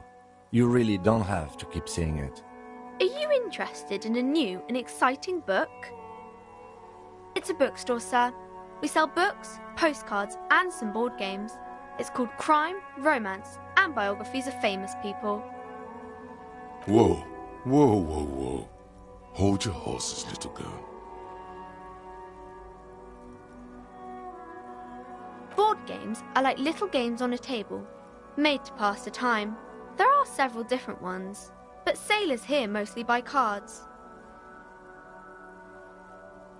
A postcard is a small cardboard picture. You can write a few words on the other side and send it to your friend or beloved. She is unfazed by your questions. She would consider it impolite to point out any perceived weirdness. That is a book. They have stories inside them. It's like someone told you a story in a really long letter. My pleasure. Anything else you'd like to know? Okay, sir. I'll try to answer any questions you have. I hope they're about books. My name is Annette, sir. My mum, her name is Plaisance. She owns the store. She's inside minding the register or organising the stock. Feel free to step in and browse our wares. I'm signalling that the store is open. Otherwise people might not know. They'd miss out on the crime, romance and biographies of famous people. A sudden gush of wind turns the pages of the books on the counters. She covers her face, smiling. But she's cold. Oh no, sir. I'm happy to help Mum by luring in customers. Besides, I have some hot juice in my vacuum bottle to keep warm. I do my studies at home at the moment.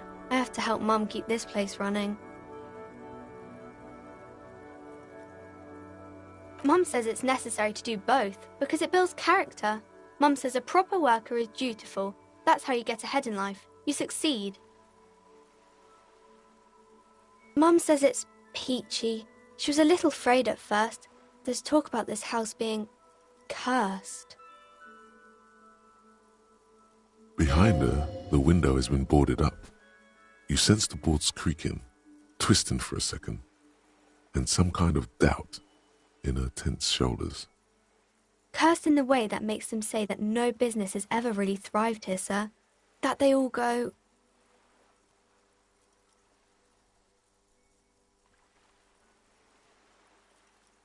Exactly, but we've been doing fine so far.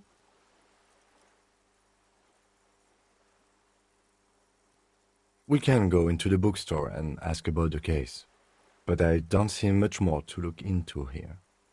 Yes, please do look at our wares inside. The postcards and board games you asked about are also there, sir. Nothing really, sir. Mum doesn't allow me to sneak around in the back rooms or the cellar. I don't really know what's there.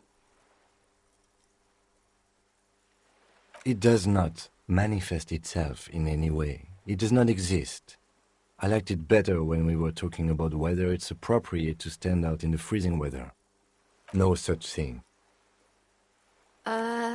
Anything else you wanted to talk about, sir? Maybe I can tell you about some of our books instead.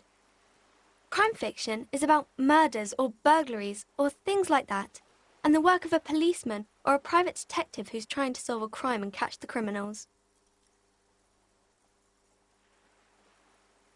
It's exciting to people, I guess. They get to imagine dangerous things, and it's kind of like a puzzle, where you can guess who the criminal is, or how the good guys are going to catch him.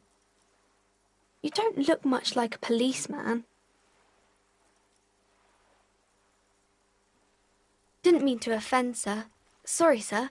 It's just that you don't look like Dick Mullen.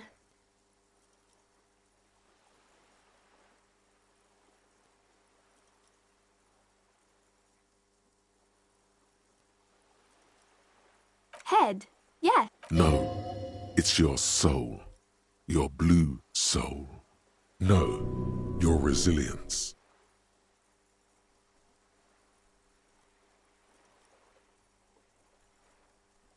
I'm not sure I understand.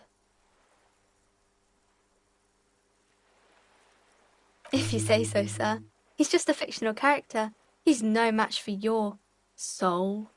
Maybe you can show me some real police work, sir. Like in the books.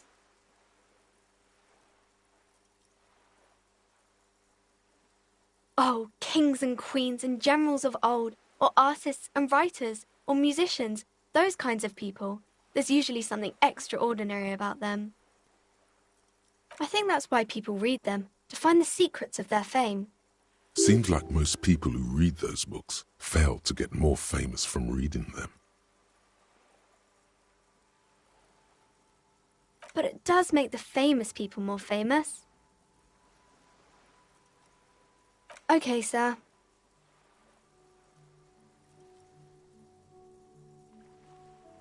It's the type of book where there's a rich lady and she has to choose between the good man and the bad man. Or there could be a story about a poor lady getting a rich man. It's about man and lady business, sir. That's really not a proper romance story. That's more like everyday life. Not in romance books, sir. These are about nice and pretty people, and everyone is happy in the end.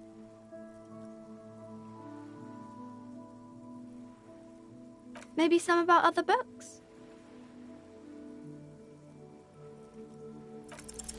You fail to deduce anything, sir. She waits intently. It's okay, sir. You disappointed a small child. Well done, champ.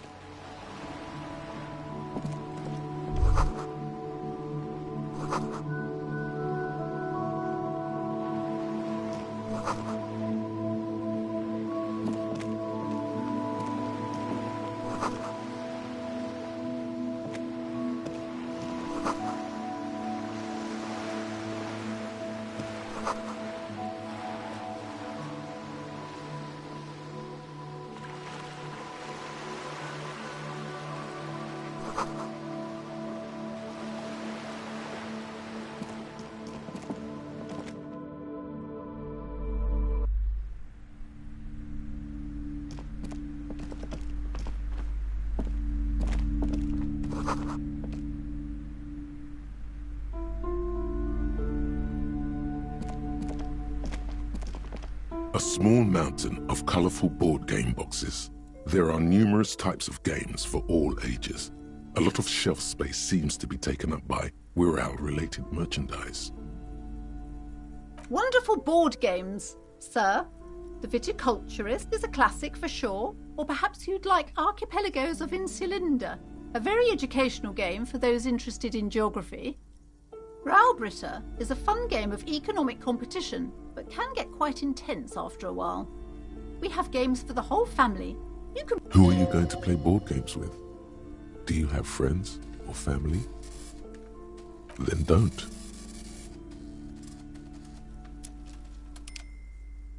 Then you're a lucky man, officer. Children are the greatest of treasures. For playing with friends, I'd recommend Suzerainty. It's a civilization building game where you build a civilization, then set off to brutally colonize and repress other civilizations. It'll cost 12 rial.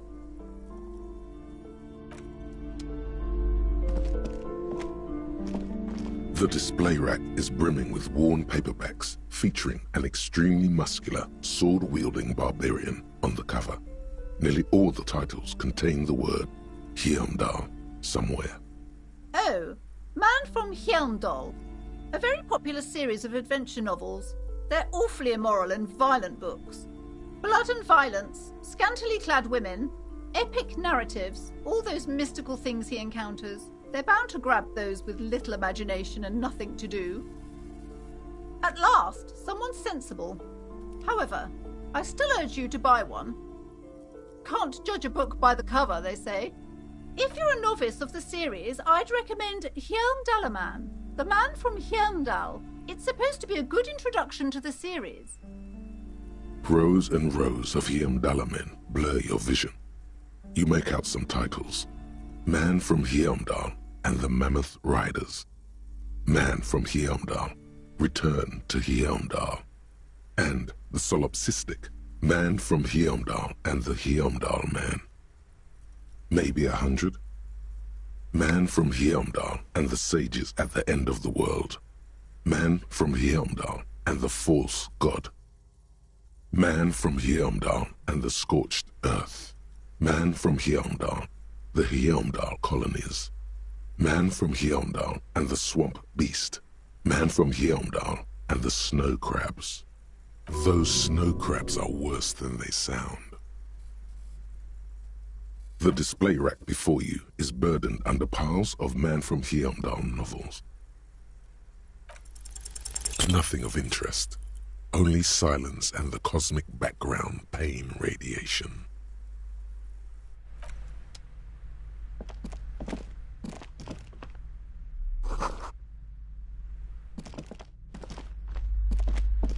Welcome to Crime, Romance and Biographies of Famous People. My name is Plaisance.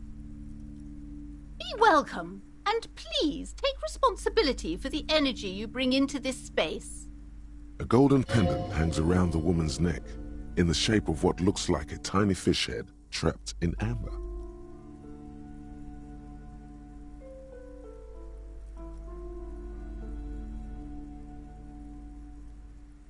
Sir, don't be ridiculous. I certainly will not give you money. I would be doing you a grave psychic disfavour. One has to earn one's success, even if one is a police officer. Handouts are nothing but manipulation. All they do is make you dependent. What is this insolence? She misunderstood. Of course, no one puts words in your mouth. Oh yes, helps to have an anchor in these times. I am the proudest owner of our little shop of culture. She has fine-tuned her voice to find the most welcoming approach for attracting new customers. It doesn't work. Cursed? Who said that? Annette? I will have a word with her. This place is not cursed. It has a robustly magnetic energy. Good for commercial activity. My business is thriving, sir. Doesn't feel like it's thriving. Feels ghostly.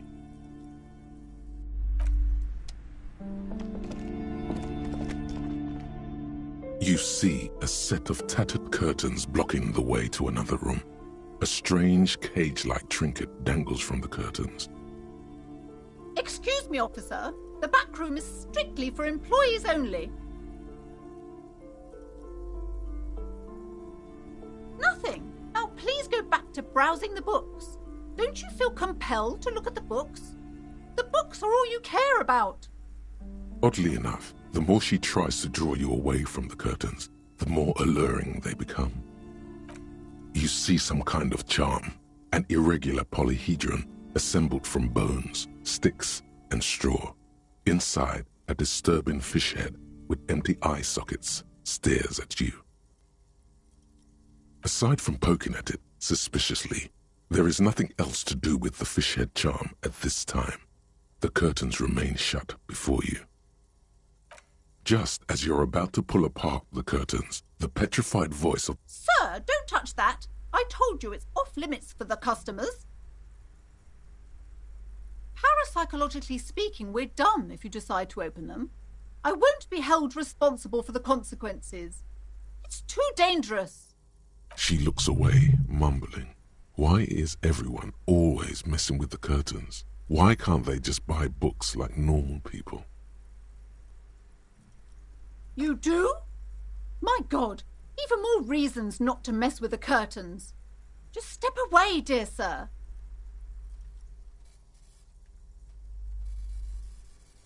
No! Please just talk to me, officer.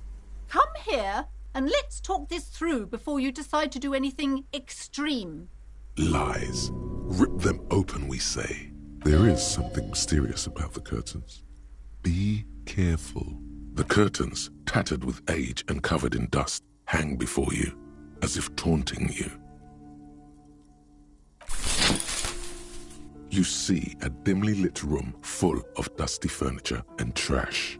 A doorway stands in the back, covered in dozens of scary little cage-like trinkets, your shadow looming over it like an omen. I warned you, you're unleashing forces beyond your understanding.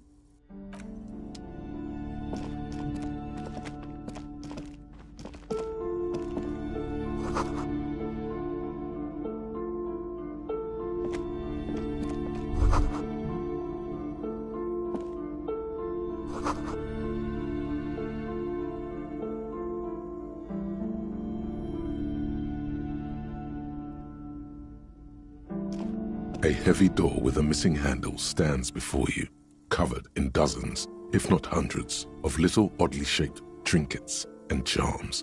It appears to be locked. What if you just break it down?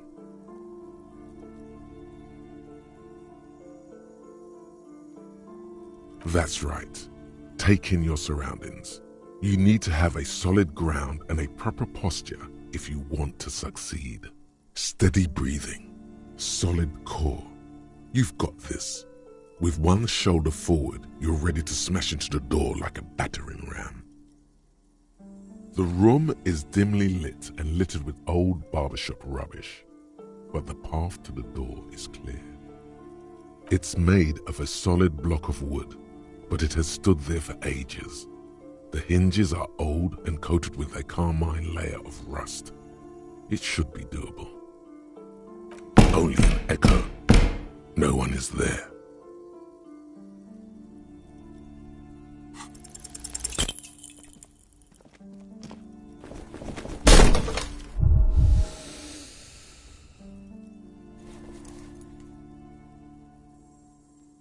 Ow, shoot.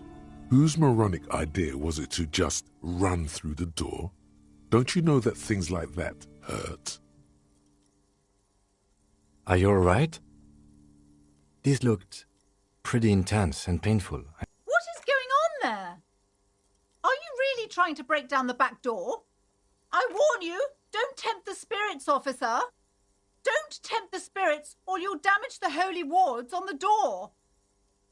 It barely looks like you've done any damage to the door, however. It's still locked and closed, covered in dozens of little charms and trinkets.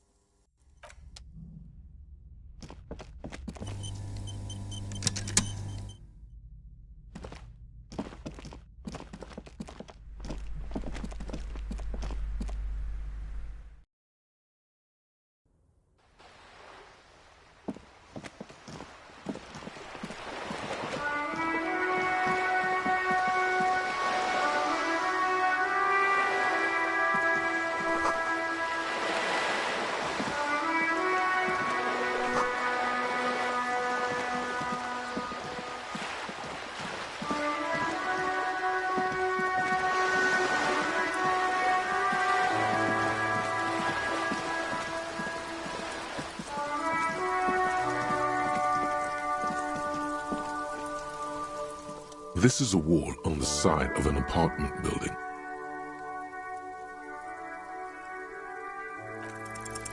You have no clue. It's just a wall. So many walls all over Martinaise, weather-worn, cracked, their paint peeling.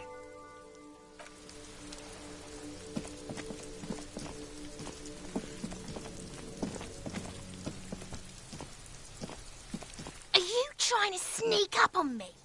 Come to slit my throat in my sleep? Pigs come to take me out? Trying to snuff me out? Then why are you sneaking up on me like that? It's not a good idea to scare me, pig. Not a good idea at all.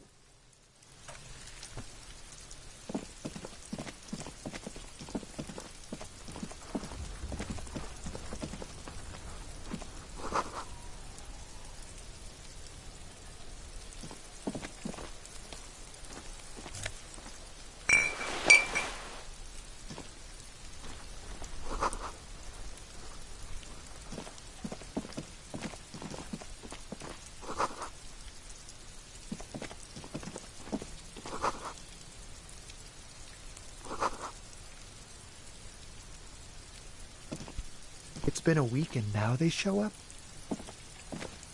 You see a young man on a balcony nursing a cigarette. His eyes have been following you for a while. Not looking for any trouble, officer.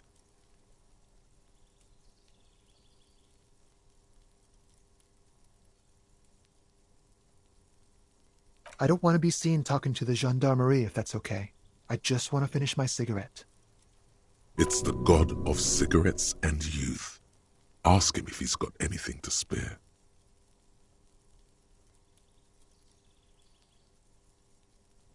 Apologies, but this is my last one. The god himself has denied you absolution. I'm not sure that's a good idea. As you wish. Is it really that important?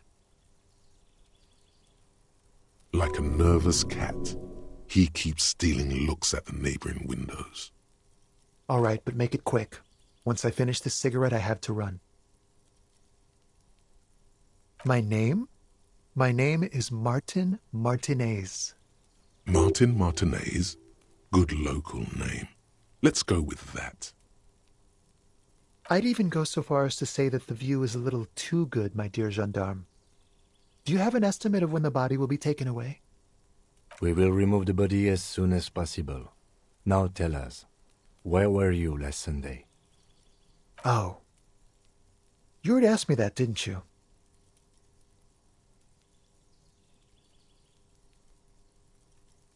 No, not you. Some more muscular type.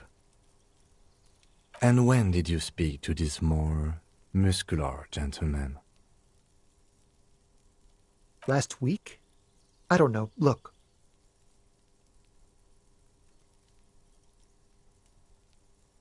You didn't answer the question. What were you doing last Sunday? I had a friend over. It was my Sunday friend. A Sunday friend? How intriguing. Makes sense. Friends are nice on Sunday. You don't have to work. You can just spend time with pals, watching rugby and drinking beer. He doesn't reply, gesturing no with his cigarette. Under the grey sky, the neighboring windows are streaked with rain. Someone hides behind a curtain. Those windows have eyes, and those eyes are watching. No. We won't. Now, if you'll excuse me, I really need to get going.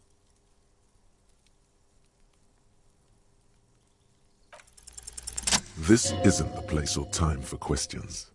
Who knows who might be watching from the distance, hidden behind the curtains? For a moment, the man on the balcony seems almost vulnerable. Something moves in the depths of his feline eyes, compassion, and a hint of understanding.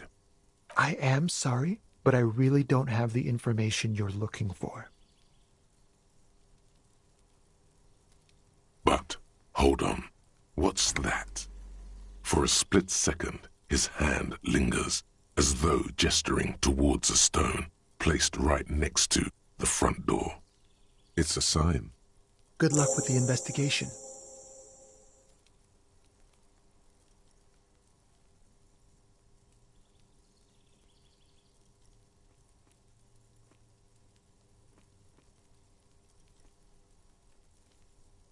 He's gone. No point in running. Tenements like these often have multiple exits. If he doesn't want to talk to us, then he'll know how to hide himself. He could be a witness. Him or his Sunday friend. Either way, we need to look into that muscular type who's asking about our case.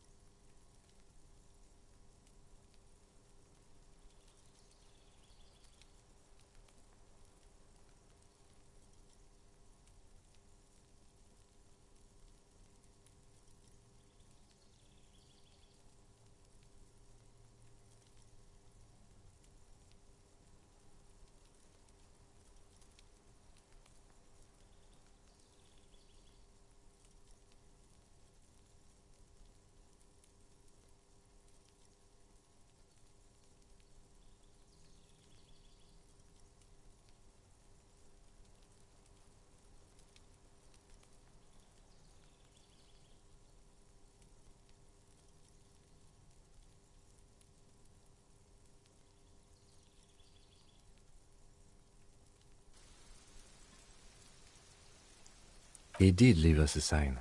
Did you see that? He wanted to draw our attention to that stone right over there. If we find a way inside the building, we can ask around for his apartment.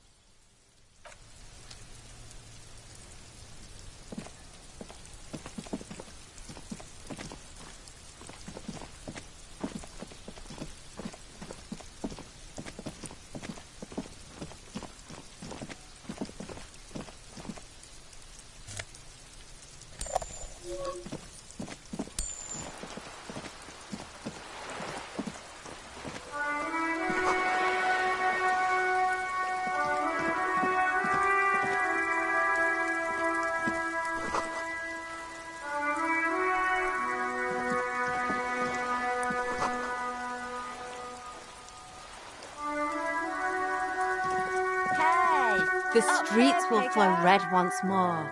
A great torrent rushing down Rue de Esperance. You wait and see. The streets will not flow red with anything. Who are you? I'm Cindy the fucking Skull. What else do you want to know? Date of birth, blood type, the last time I was tested for Hep C.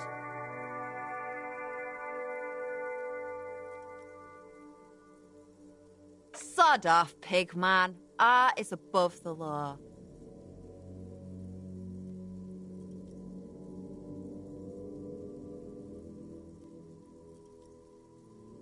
Can't you tell? I'm painting a beautiful mural, an aereo graffitio visible from low orbit. I haven't really started it yet. I'm waiting for the right words.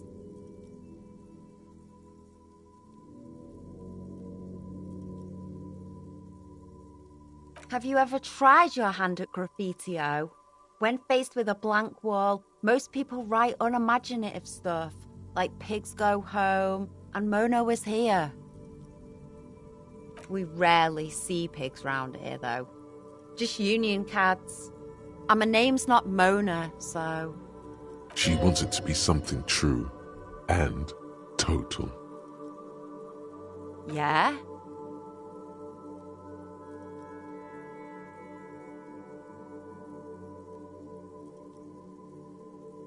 Thanks.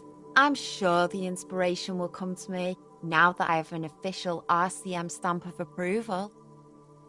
You've lessened her desire to deface the building. The lieutenant furrows his brow at another one of your eccentricisms. Hatred, disgust, it's difficult to tell which of the two is more present in her girlish features. The woman on the boat does not notice her staring. That is on her. Someone's got to keep an eye on her. Probably the Wild Pines rep. We should talk to her. She's a professional negotiator, though. I have the feeling she will be very cooperative while telling us nothing. You should take the lead. Ask her unexpected questions, you know? Do your thing. Don't be afraid to get a bit wacky. Throwing her off is our best bet. Good idea, piggies. Run along now. Fuck her shit up good. Impound that boat while you're at it. I'd like to watch her swim back to us on. I ain't no snitch, pigstein. Go forth and forage in someone else's shit. No shortage of squealers in these parts. Actually, there is a shortage of people who talk to us in a normal, calm, informative manner. We weren't put on this earth to make your life pleasant, fucko. Watch your back, ungulate. You've got eyes on you.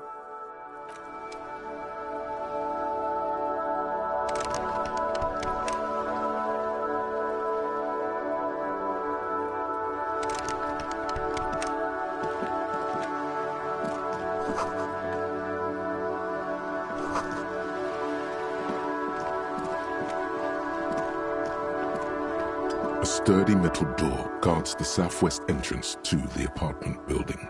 It's locked. This could be a way into the apartment building the smoking man vanished. The door rattles against your knuckles, but there's no response. The door rattles again, but this time you hear an elderly woman's voice calling out from inside. Stop banging on the door! I'm not letting any more strangers inside. Ha! The police? Everyone knows the police don't come round here. No, I already told you. I won't be responsible for any more strangers getting into the building. Go check the backyard door. Maybe someone there will. Backyard door? With the smoker? You already were there. Didn't work. Good. We had enough problems with bums and drunks and thieves loitering in the hallway. You have no business here. You're well versed in the kind of threatening legalese that implies criminal liability, but in fact has no meaning whatsoever. I know my rights, and don't you marm me, boy. Miss, would it help if we offer to show you our badges? Hold your horses. I don't care about your stinking badge. Just come in.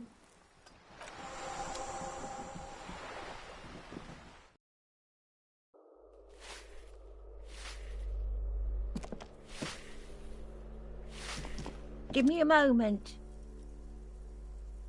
The cold never does any good for my bronchitis.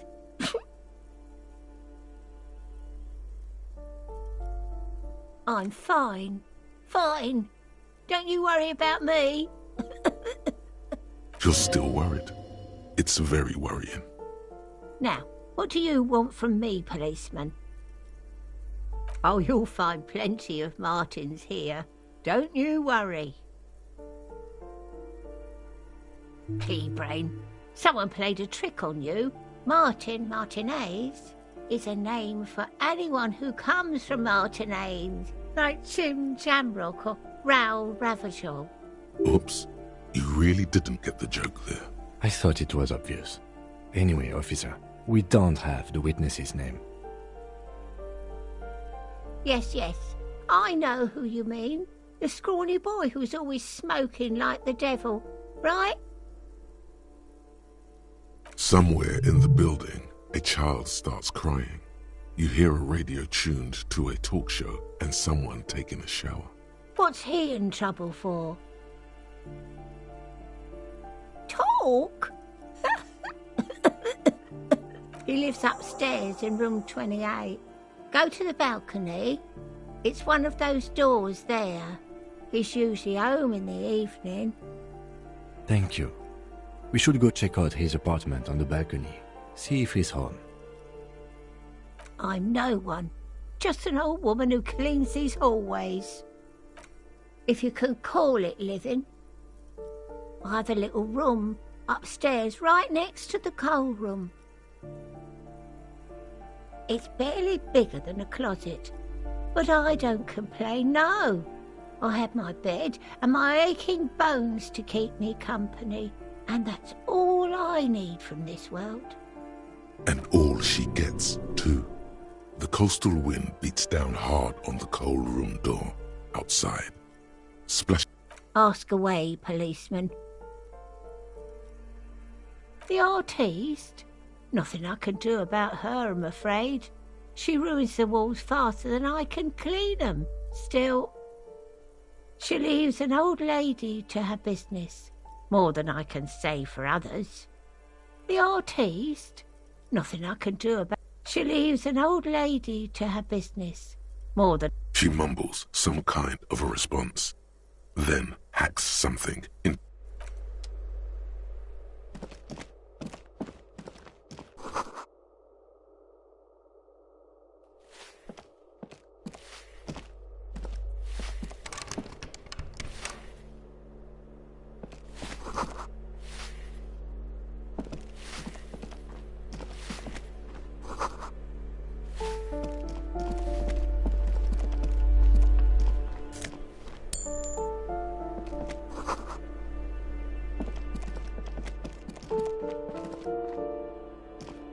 This door has been closed with a padlock. A chalk-drawn number on the board. It's a solid lump of metal, but the shackle is deeply corroded. A solid pair of chain cutters would make short work of it. Better whip out those cutters. You won't get very far otherwise.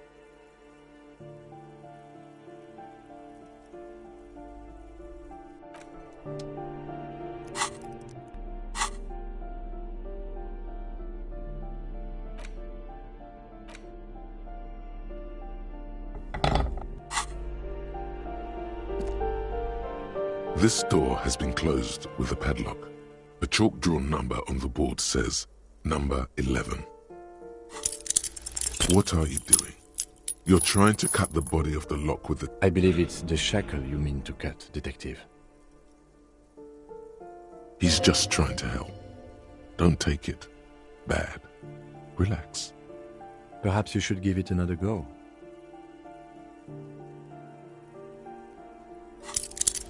What are you doing? You're trying to cut the body of the lock with the chain cutters, and it's really not working. I believe it's the shackle you mean to cut, Detective. He's just trying to help. Don't take it bad. Relax. Perhaps you should give it another go.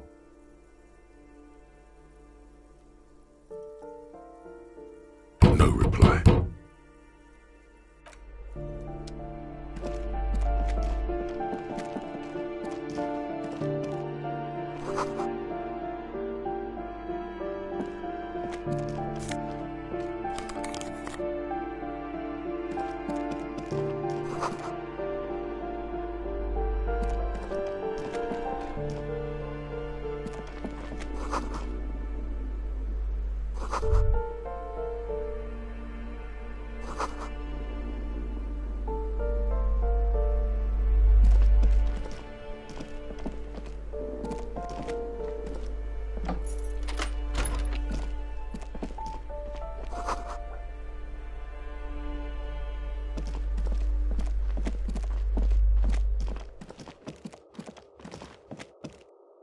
Yes?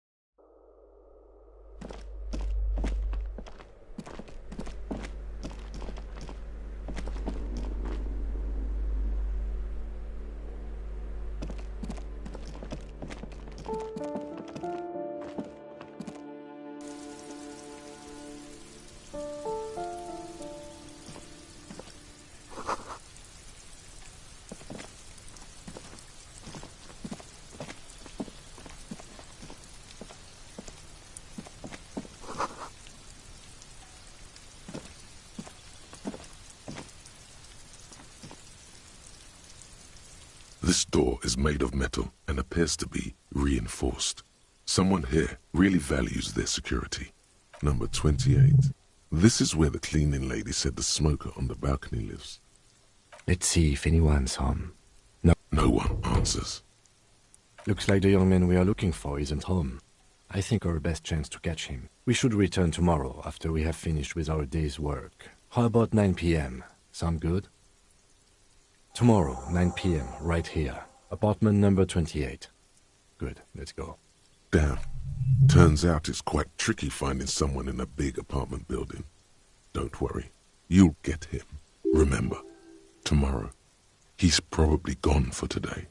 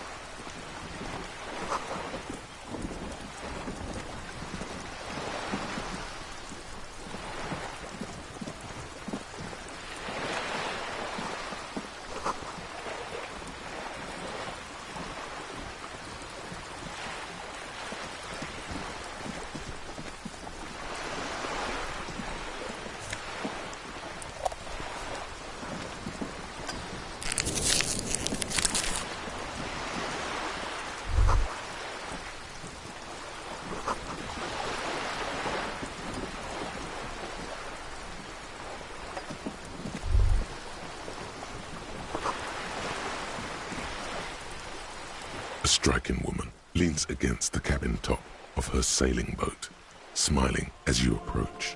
Her green raincoat glistens with droplets. A silk scarf is tied around her throat. Good afternoon, officers. I'm Joyce. Joyce L. Messier. I represent the board of Wild Pines, the owners of the harbour. You gentlemen must be from the RCM. I'm glad to see you here.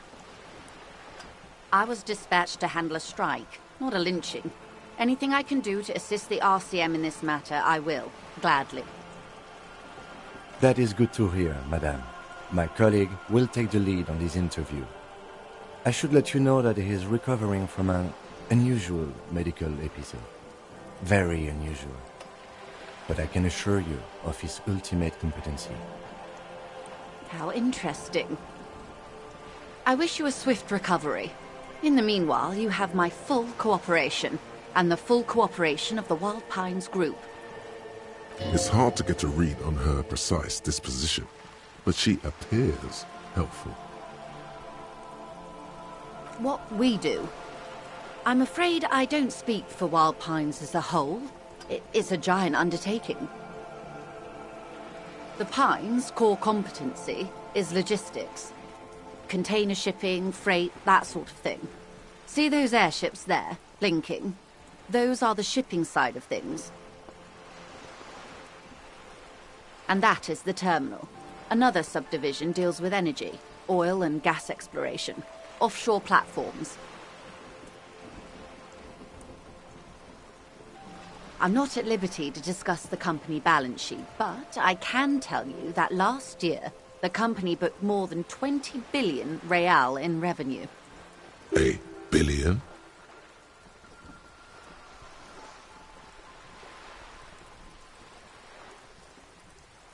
Yes, past a certain point, numbers begin to seem imaginary. But they are quite real for the 72,000 employees who depend on Wild Pines for their paychecks. A conglomerate the size of Wild Pines is like a shark. If it stops moving and growing, it will die. Then what becomes of those 72,000 families? It is a tremendous responsibility. They started as an exploration and cargo fleet conducting trade between the Samaran and Insulindian Isolas 250 years ago, when pine ships explored the South Seminese and charted Lomantang on behalf of the suzerain. Centuries of care, deliberation, and madness have gone into this endeavor. Vessels pass through the great unrest to re-emerge with apricots in tow. The logic of the system is totalizing.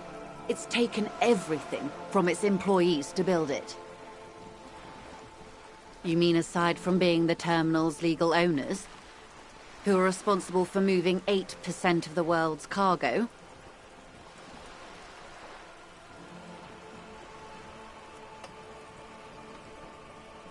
We built this district. All the best parts of it. Rue de Saint-Ghislain, with its bastions, the plazas Meteor and Mosaic. Even some of the old street lamps have been put back thanks to the investments from the WP. Before Martinaise was swallowed by the industrial harbour, even before it was part of Revachol, long before Terminal B was erected here, the Pines built it as a resort for its Revacholian employees. A company getaway, for a weekend or a summer holiday. Then came the revolution. But that's another matter. I'm here to make sure the Pines can fulfill their responsibilities to the place they built. With your help, hopefully, says her warm tone. Quite a few things, I'm afraid. The information I'm to share with you includes sensitive trade secrets. For the sake of my employer, I have to ask for your names and badge numbers. Of course, ma'am. We should have introduced ourselves. I am Lieutenant Kitsuragi, from Precinct 57. And this is my colleague from Precinct 41. I'm afraid he doesn't have his badge at the moment. I hope mine will suffice. How curious. Why is that, Detective? Awkwardness washes over the conversation. The woman doesn't like this turn of events. I see. So, are you saying you lost your badge during the course of this episode? Oh dear. Some kind of encephalopathic amnesia. I don't even know how to respond. I do believe you, naive as that may sound. I simply can't imagine what you gain by faking such a condition. As I said, ma'am, his technique may be very unconventional, but he is an officer of the RCM. Of course, I sympathize, but I'm afraid I simply can't share anything more until I've seen that badge. Hang on. She's a professional negotiator. She should be open to some sort of mutually beneficial arrangement. Feelings will guide the way. I assure you, it is no small matter for me either. We all share the responsibility for disarming this situation. I hope you have a badge for me as soon as possible.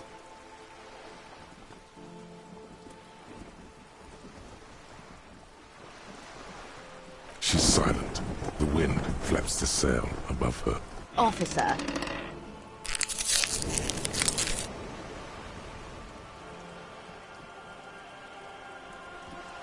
You know, I don't mean to sound cold, but if you want something, you have to give something back. More than just guilt. You're doing it. Despite your own best efforts, you're still getting in. Somehow. I'll be frank with you. If I'm going to break protocol, I need to be able to justify it to my superiors. They're going to want to see something tangible. The Union is conducting drug trade out of the harbor. It's an open secret in Martinaise. Surely it must not come as a complete surprise to the RCM either.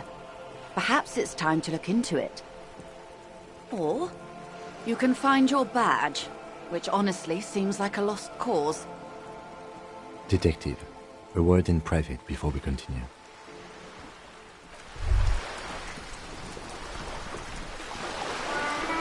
Hey.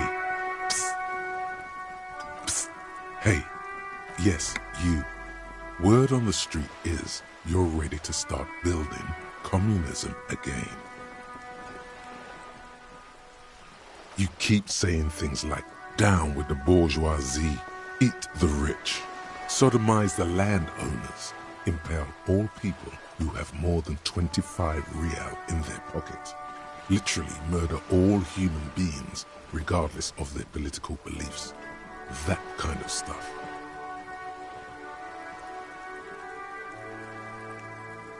Oh yes, the mask of ambivalence.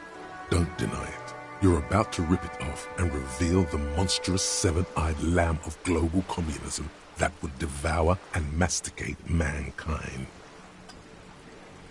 Everyone can see that. So tell me, do you have any questions before we fire up the big communism builder? Or do we get right down to it? Oh yeah, get the firing squads and the animal wagons ready. Too late to back out now. You can't make an omelette without breaking a few.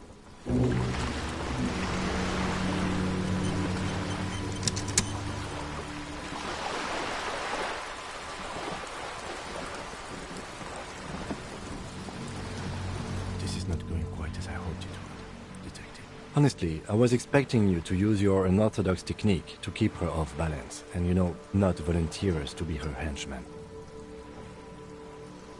This woman is running circles around us. She might have known about your misplaced badge all along, or she's simply an adept improviser. Either way, we've played straight into her hands. He doesn't let it show, but there is a limit to how much the consequences of your unprofessional behavior can cost the investigation. Oh, that would be fantastic, but do we have the time? The world is large and your badge is 8 by 6 centimeters. You could request a new one from your station, but that would literally take months. I'm sure you will, Detective.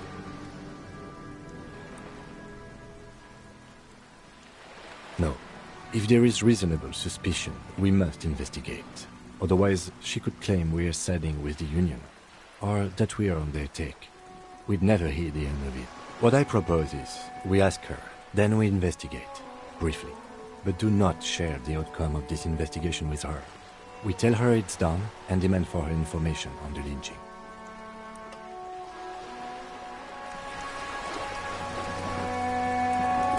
You're back. Good.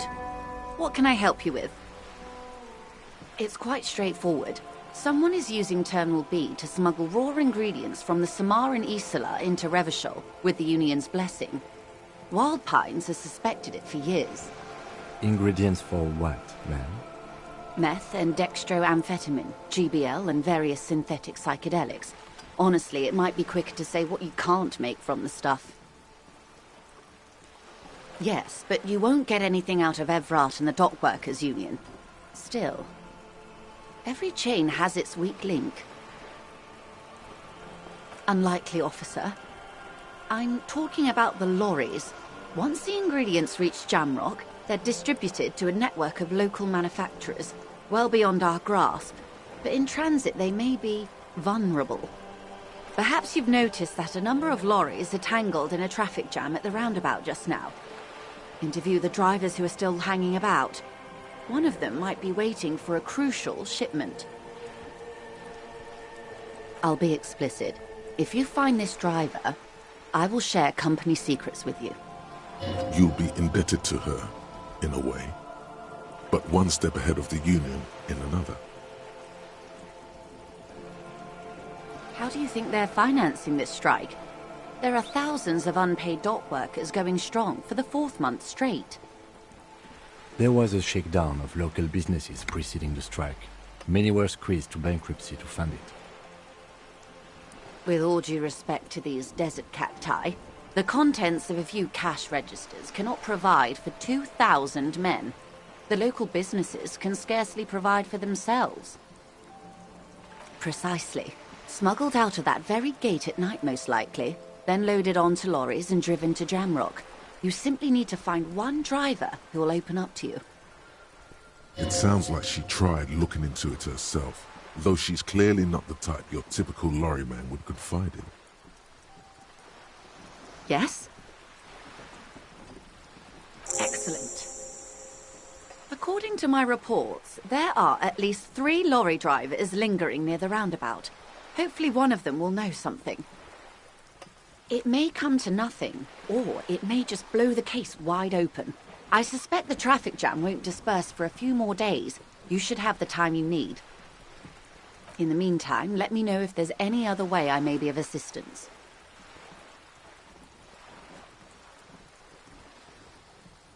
That's the man who was killed.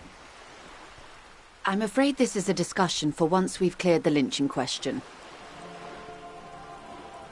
Better not tie the fourth day to the bat's day on this. I hope there is something else I can help you with. She wants to answer the question. Protocol keeps her from it.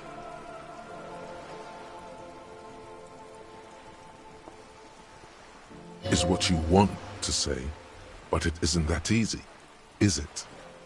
Look at that lady. Take a gander. Squint your eyes, bub. A well-kempt, yet tastefully short bob of dark hair. Despite the first hints of grey, she's elected to keep it au naturel, shaped into a permanent wave, late 40s style. While dull orange pearls hang from her earlobes, red from the cold.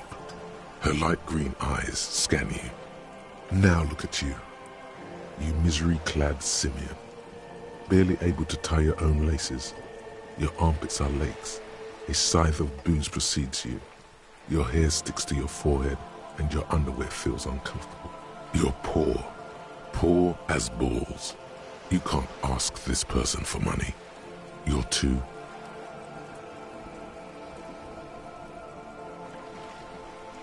You think your little communism protects you from this feeling? No. The more demeaning it is to grovel at her feet. Oh God, the lieutenant is here too. Do not dishonor the force. As I was saying, if there's any way I may be of assistance, please don't hesitate to ask.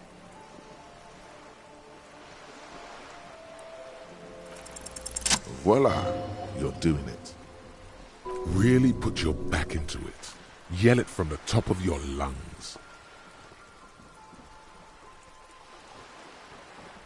Why, yes, I am rich. How much money do you need? Hopefully not too much. I couldn't bring all of it with me. She's surprisingly nonchalant about this. Could it be that she somehow knows more about your predicament than she's letting on? That's a good sum. Not too small, not fantastically large. She removes a few notes and hands them to you. The paper is cold and oily to the touch. Whoa, whoa! Did you see how easy that was? Ask her for more. Toot toot, train to Moneytown. Can you eat honor? Are you an omnivore? Give me a break. So, I hope I didn't just bribe you, officer. It may not be technically illegal under the Emergency Act, but still.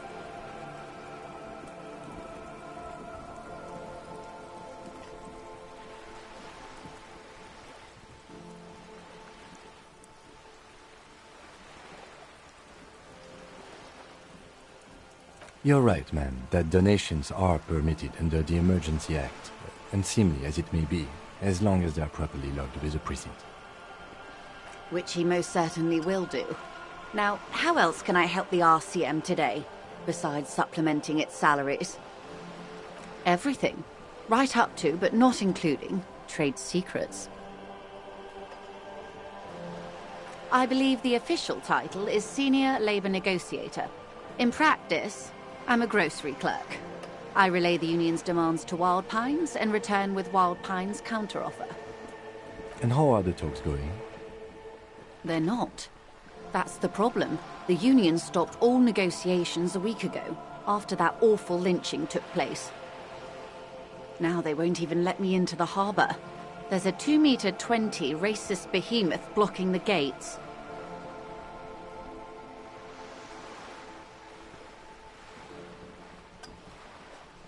What can I say? The union employs a giant covered in tattoos. A racist giant. I guess that's part of their big tent organization now. Let's say I was not making the kind of progress I'd hoped for when I first arrived. And when did you first arrive? I arrived 3 weeks ago. Yes, in the middle of February. The bay was still partially frozen then. I prefer to do these things on site, like the RCM. But the strike began in December. I wasn't the original negotiator here. I took over after Mr. Gaumont hit a wall with Mr. Clare, the union boss. Mr. Clare refused to speak with Gaumont despite concessions he'd granted the union in prior negotiations. This isn't the first time the union has gone on strike. Heavens no. There have been 2 prior strikes. Both times the union won significant concessions, including overtime pay and a medical plan. This time their demands are more, I guess you could say, aggressive. The scabs? You mean the huddled masses of Jamrock come to plead for work where the union refuses to? If they were organized by Wild Pines or its affiliates, then it would be a company secret. I could not share it with you. It's implied she's open to discussing this matter with you at a later occasion. Everard Clare is a man of the utmost integrity. If you can say one thing about him, it's that he always puts the interests of the workers first. Of course not. Everard is fantastically corrupt. I imagine he has a thick, viscous goo where you and I have blood. He is the most corrupt individual I have ever seen, and I deal with men like him for a living. If there is anyone more venal, more irredeemably nepotistic, then it's his twin brother, Edgar. Yes, Edgar looks exactly like his brother, except for that lazy eye. He also talks exactly like Everard does, and when one's term as foreman is up, the other takes over. It's how they circumvent the term limits, you see, with a funny little switcheroo. While in office, they've embezzled God knows how much of their workers' dues.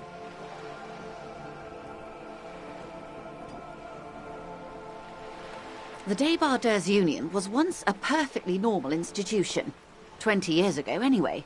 It must not have been easy to establish under the Emergency Act, but they did it. I can respect that. Organised labour at its best, as they say. Then something happened in the local chapter elections. The brothers Clare came and transformed it into a... how do you say? A mob. The Débardeurs are a crime syndicate. Sad as it may be, I suspect we'll be forced to cooperate with them. Refreshingly honest, officer. The company has tried appeasing in the past, but I'm afraid our concessions have only emboldened Everard and his brother. And your opinion, detective, if I may ask? I'm a curious and talkative person, you see. Would you say the Débardeurs Union is... Why do you think so?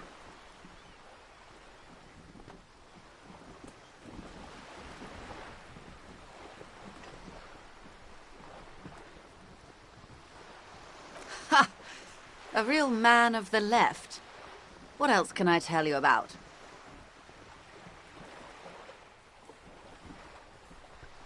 There are leaflets everywhere, and banners. What did they say again? Oh, yes. Every worker, a member of the board.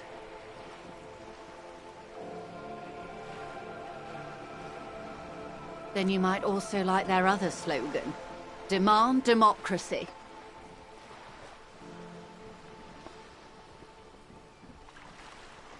Personally, I don't think it has the same pizzazzo as every worker, a member of the board.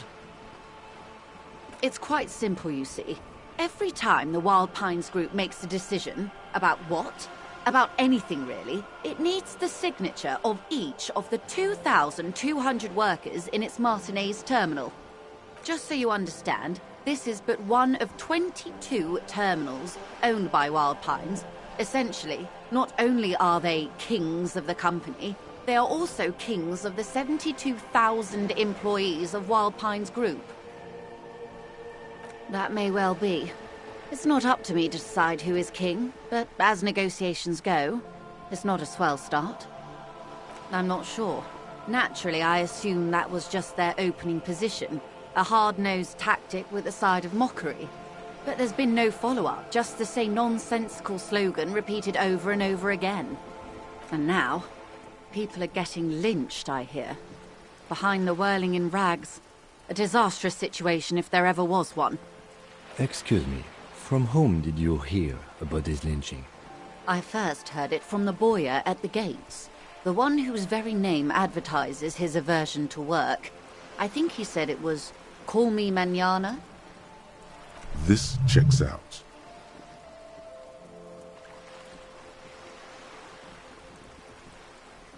I'm glad you asked. There was a woman, the previous forewoman of the union. She disappeared. Disappeared? Yes. On the last day of the local chapter elections, her daughter phoned in and said she wasn't running anymore, or coming to work. Ever. End of story. Downright haunting, if you ask me. The Wild Pines suspected foul play, but what could they do? It was a union matter. The point of the presentation is, these kinds of things happen around the Clares. Watch out when you're dealing with him. Thank you for your concern, ma'am. We'll be just fine. Mr. Clare told him to...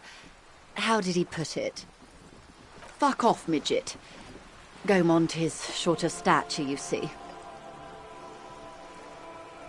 Keep in mind, this is a negotiator Mr. Clare has worked with before, and who was more than fair with him and the union. Sounds like usual aggressive posturing. Of course.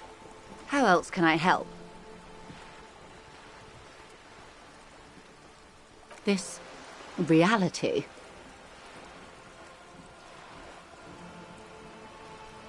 Of course, the situation is precarious. Why, yes I am. The boat? No. It is called Cordelati 19 because that's the type of sloop it is. The word "it" feels strange. Such a beautiful boat deserves a proper name. A breeze ripples through the sails and tugs at your hair. Below, the sleek, fish-like shape of the hull parts the water. Okay. How about Cordelati 19? Why?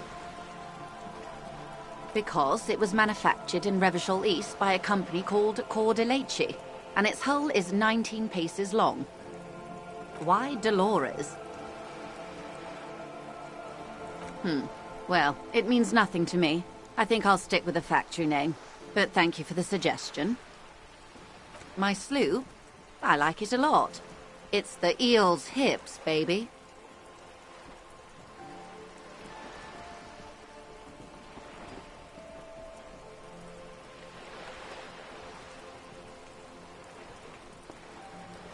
I'm enjoying this part of the interview. It has so little to do with the murder we investigated. I really do, the lieutenant thinks. Is she thrown off yet? He's looking at the woman. Officer, I assure you I'm a highly qualified pleasure craft operator. The crowns of her teeth are porcelain, white as the boat's hull as she smiles. Qualified pleasure craft operator. So charming. Where's the... I just renewed its safety inspection last month, officers. It is completely seaworthy. In fact, it's taken part in not one, but two insulindic regattas. Even finished once. Actually, you don't.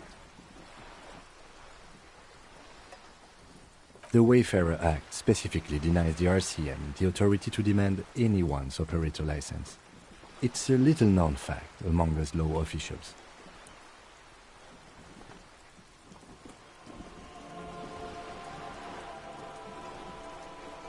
About the boat? Of course there are. We're on an archipelago. How else are you supposed to get around? Yes, we are. We are on Le Caillou. I haven't seen anyone else drive a souped-up Capri Kenema motor carriage either. Actually, that motor carriage has been specially issued to serve as a patrol and pursuit vehicle. It's for crossing long distances in the greater Revachol industrial harbor. It's not a toy. Neither is this. A toy, I mean. It's a machine for crossing long distances in the Bay of Revachol, between the city and the islands. She's having a good time arguing against the law. Too good, perhaps. Good. Of course, Detective. Take care.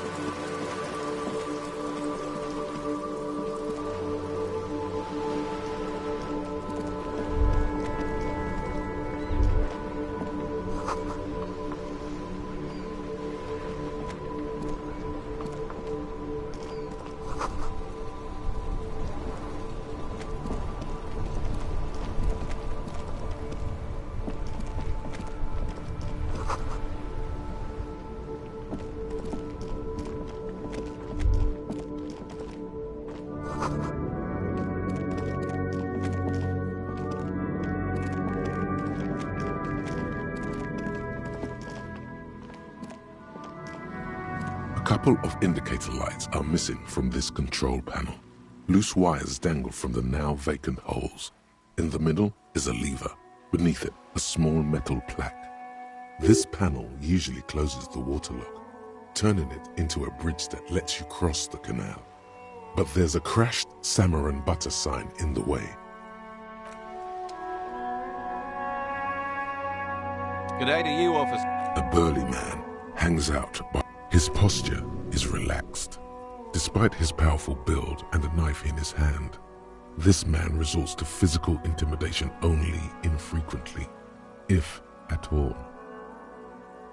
I wasn't here to witness it, but those look like tire tracks on that sign. Weird, huh? Then again, plenty of daredevil drivers in Revachol. The words "daredevil driver" sound ominous to you. Too bad it also takes a year and a day to repair anything around here, especially a water lock. The rest of the coast is closed off till then. Well, there's the fishing village, an abandoned fish market, a bizarro church. Not much use to the congregation, though. There always seems to be something wrong with it. Yeah, not really much else. Just bombed out ruins.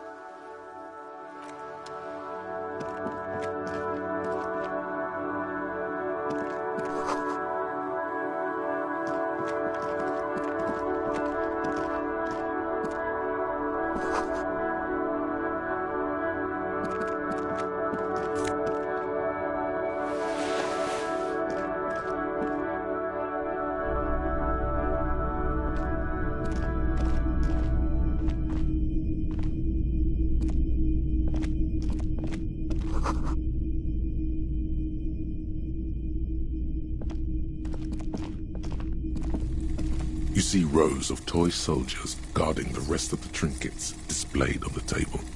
Some on horseback, others in rags, others yet in bright blue uniforms.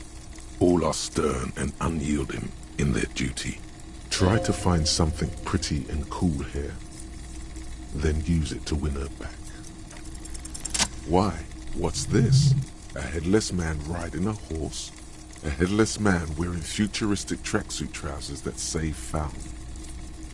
Oh, that's the Headless Phone Rider. The Headless Phone Rider. It's an urban legend about a man who rides the streets of Revachol sporting a fawn tracksuit. As you see, he's missing his head. 50 cents. Bargain price. I'll throw in the tiny cap too. I think he's looking for it, or something. That part of the story has many interpretations. Did I mention that this figurine is supposed to be lucky? Always carry it with you.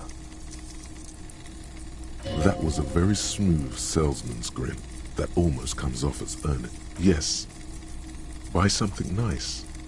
A figurine.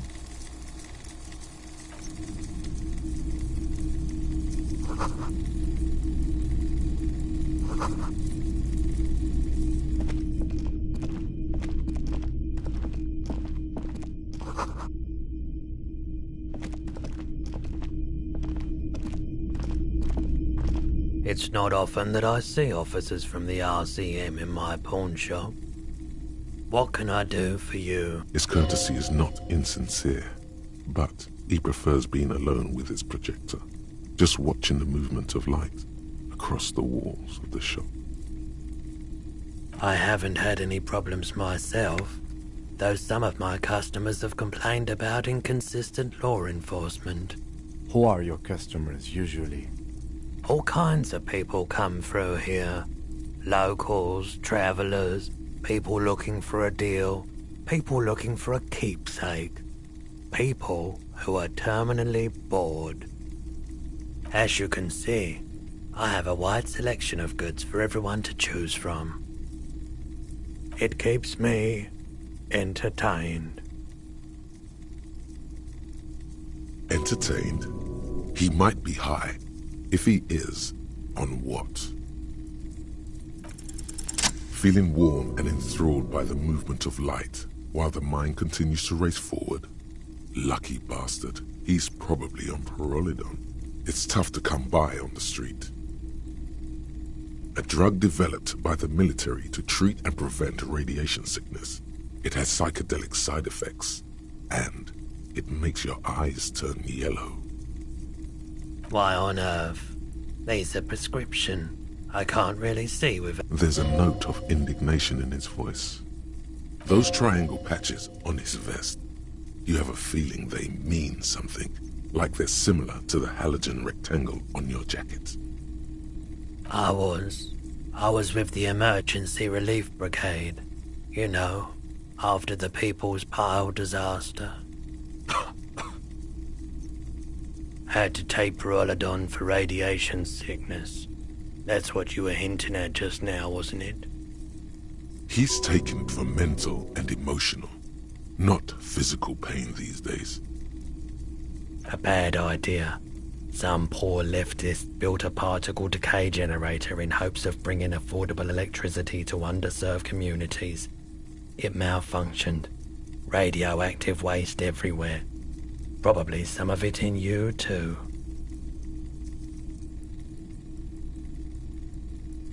The cleanup happened 15 years ago. I was young then. Later, my second aunt died. Left me this shack and all the assorted junk in it. So I came to Martinaise. People told me don't go there. It's a shithole. I said, people, we just had a nuclear pile meltdown. I'm gonna get as far away from Forburg as I can. Still in the same city, but... We were an all-volunteer force, self-organized. Tried to help the fire brigades contain the spill. I lived by the river since I was a small boy. The Esperance didn't have the art to let it all go to shit without trying to do something to help out. There wasn't much the volunteer force could do, however. We wasted years in the river mud, years getting sick. There's a reason why everyone's tried to forget any of it ever happened, and why no one has tried to repair or replace the pile. So much disappointment and early deaths. Cancer mostly.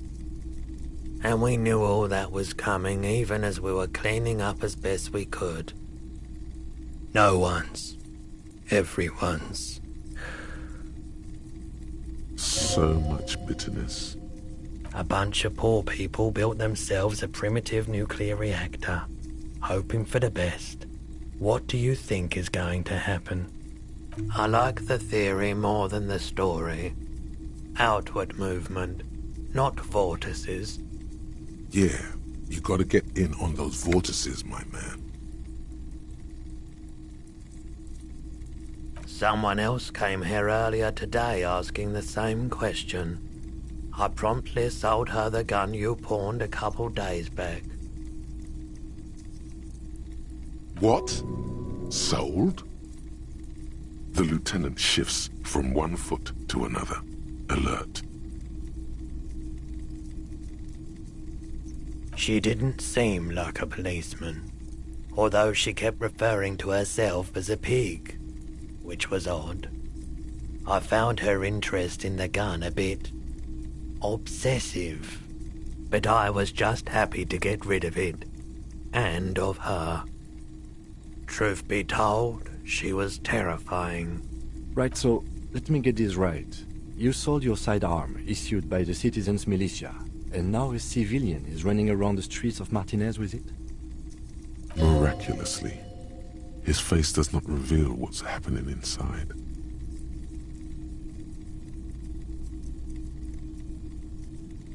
It's possible in these parts of town.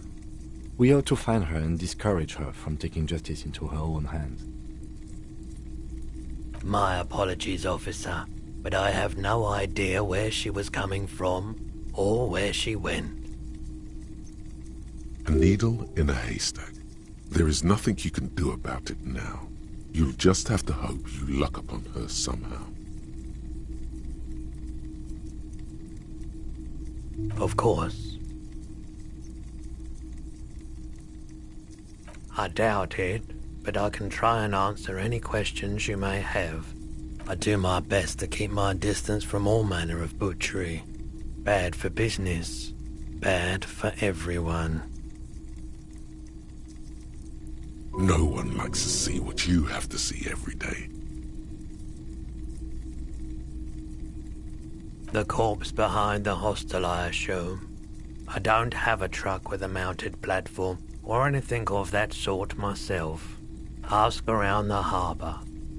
There might be some workers there who'd be willing to help. The pawnbroker's gaze is already fixed on the dancing colours. Sure thing.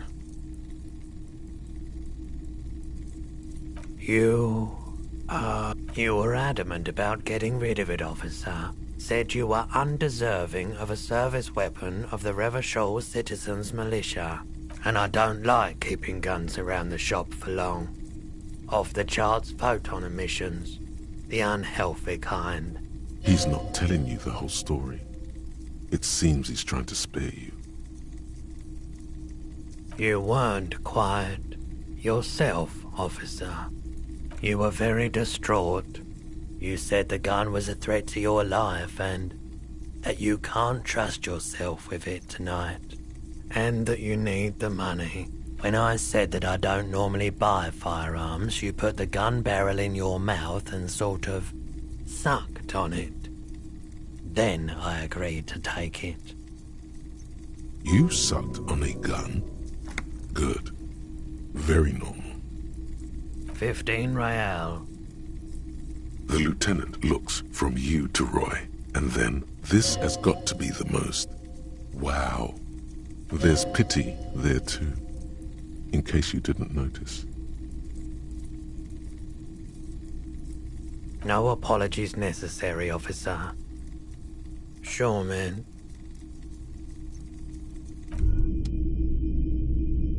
Hey, so we've been monitoring you internally, and now we know your Copo type. Yes, guess what's yours?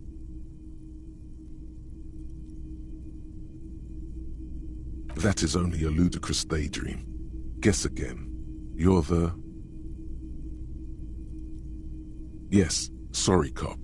The cop who's sorriest. Let's make it official then, shall we? Huge lack of enthusiasm going on in here.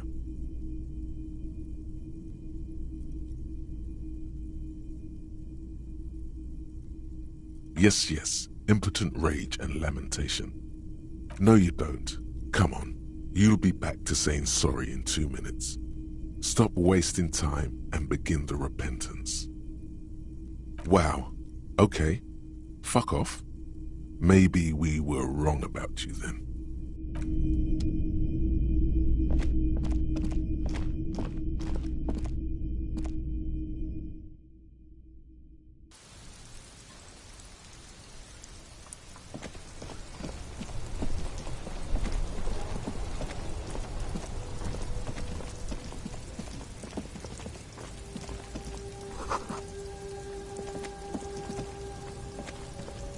You see a Samaran street vendor surrounded by a motley assemblage of goods. When he realizes you're looking at him, his face breaks into a wide, welcoming grin. The name Sileng is embroidered over. Happy shopping, officer! Everything's cool here. Everything's cool.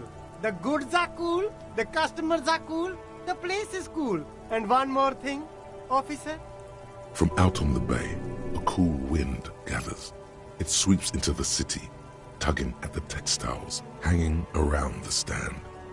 Some distance away, the sound of a tin can clattering across the street can be heard.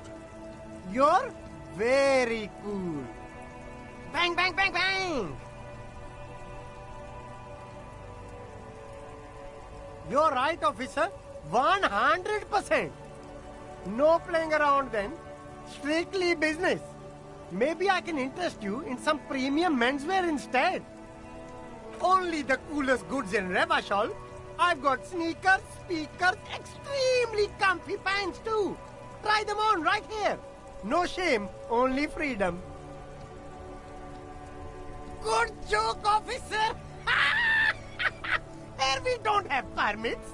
Just economic freedom. Take a look around. You glance around the decrepit buildings, the miserable weather, the sidewalks strewn with sunflower seeds and a dust-choked air. It's beautiful. Beautiful freedom. It is, yes. Anyone can set up their shop whenever they feel like it. That's right. No permits, no bureaucracy. That's why this city and its law officials are so cool. If you wanted to be cynical about it, you could say we are here to protect the interests of property holders. I am not, however. My man, officer, you make all this possible. Without you, this climate would be extremely bad for business. You're part of the Gossamer state.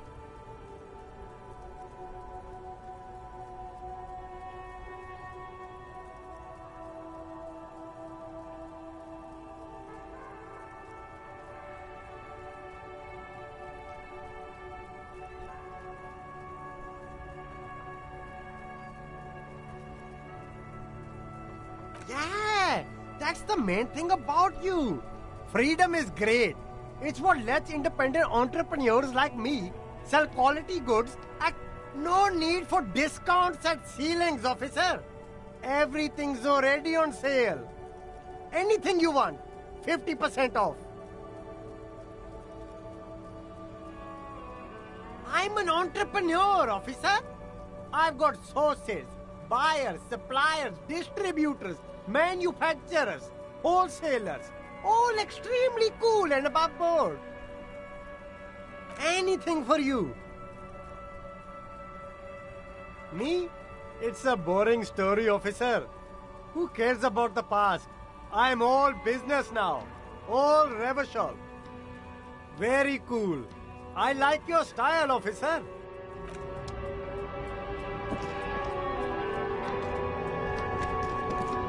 There are clothes inside. Cheap. Don't be shy. These are premium class clothes. You find your hands deep in tattered and faded garments made from weird polyester blends that make your body itch and sweat in all the wrong places. Economical, but also trendy. Look first hand. Buy second hand. Keep the economy... No good. All you can come up with are some treated wool pants. You can tell they're too tight. No luck? Why not take another look, officer?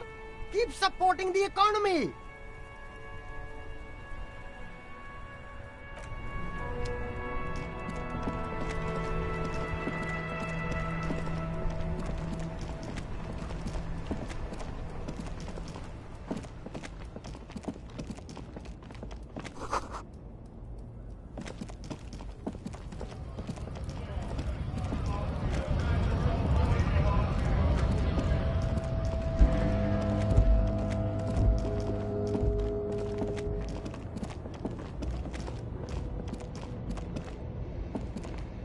An old monument stands in the middle of the traffic island, pointing toward the sea. It looks as if it's been reassembled piece by piece, secured and mounted in the air with the aid of numerous ropes and rods.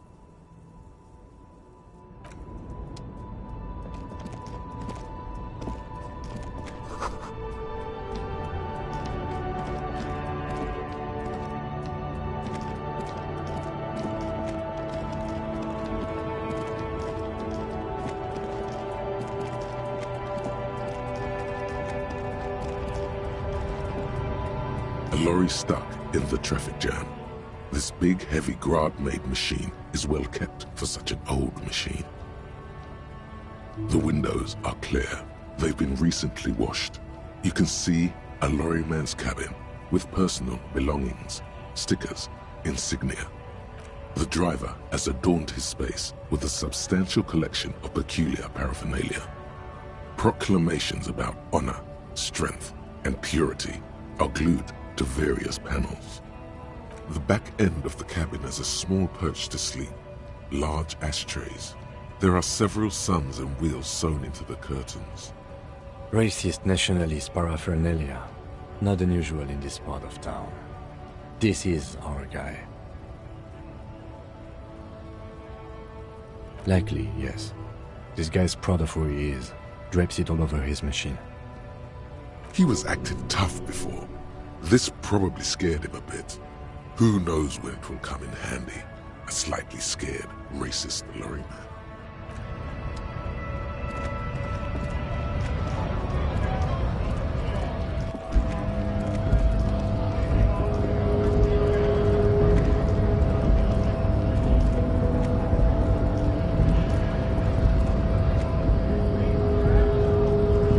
Hola, wandering man. How can I help you? The little boy I did good on his promise. To get me into trouble.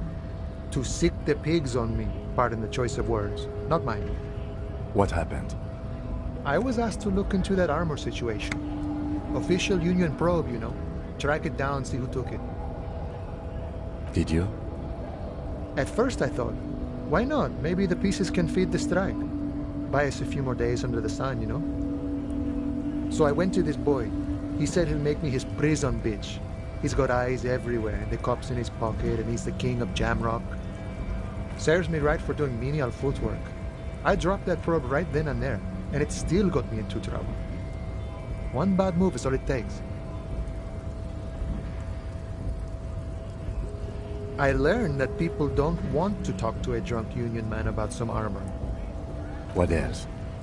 Not much. Technical stuff mostly. That was the interesting part. It's a minor nuisance. It's all good.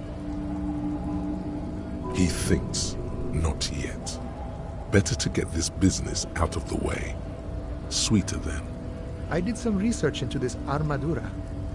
Let's say I have friends at the library. I didn't get into the material science, just how it comes off. How does it come off? In parts. 4 in total. The helmet was the first to go. The kid says he tore it off and kicked it into the sea. I believe him. The boots were still on the guy last I saw. Too hard to remove. So, as I count, there are 2 parts missing. The gauntlets and the cuirass. This is where I left off. Too much hassle. More like a job for some militia. Oh, they're just gone. They don't exist anymore, if they ever did at all. Forget about them. I did. Nice and balanced. Some junior officers can take care of the rest. Smart choice. It's only that one spot you need armored too. The one the bullet hits. No problem. If you see that kid, thank him from Call Me Mañana. Thank him for showing me the way. He is sincerely grateful he is not tracking down pieces of armor right now.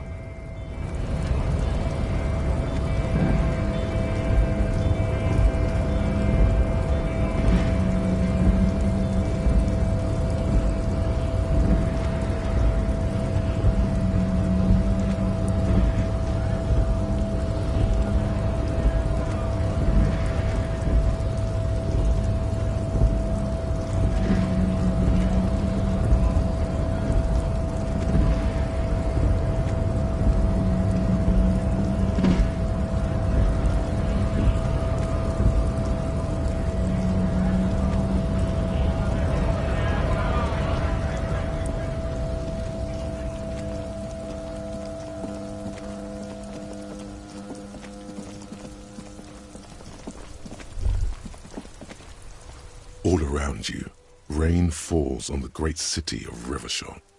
Rain drips from the eaves and floods the gutters, washing the filth away. The spring thaw must be here. The snow is melting. Looking up at the sky, cold water dripping from your hat. Grey sky like great battleships, clouds colliding with one another. Rain falls down on the world. Your shirt sticks to your chest.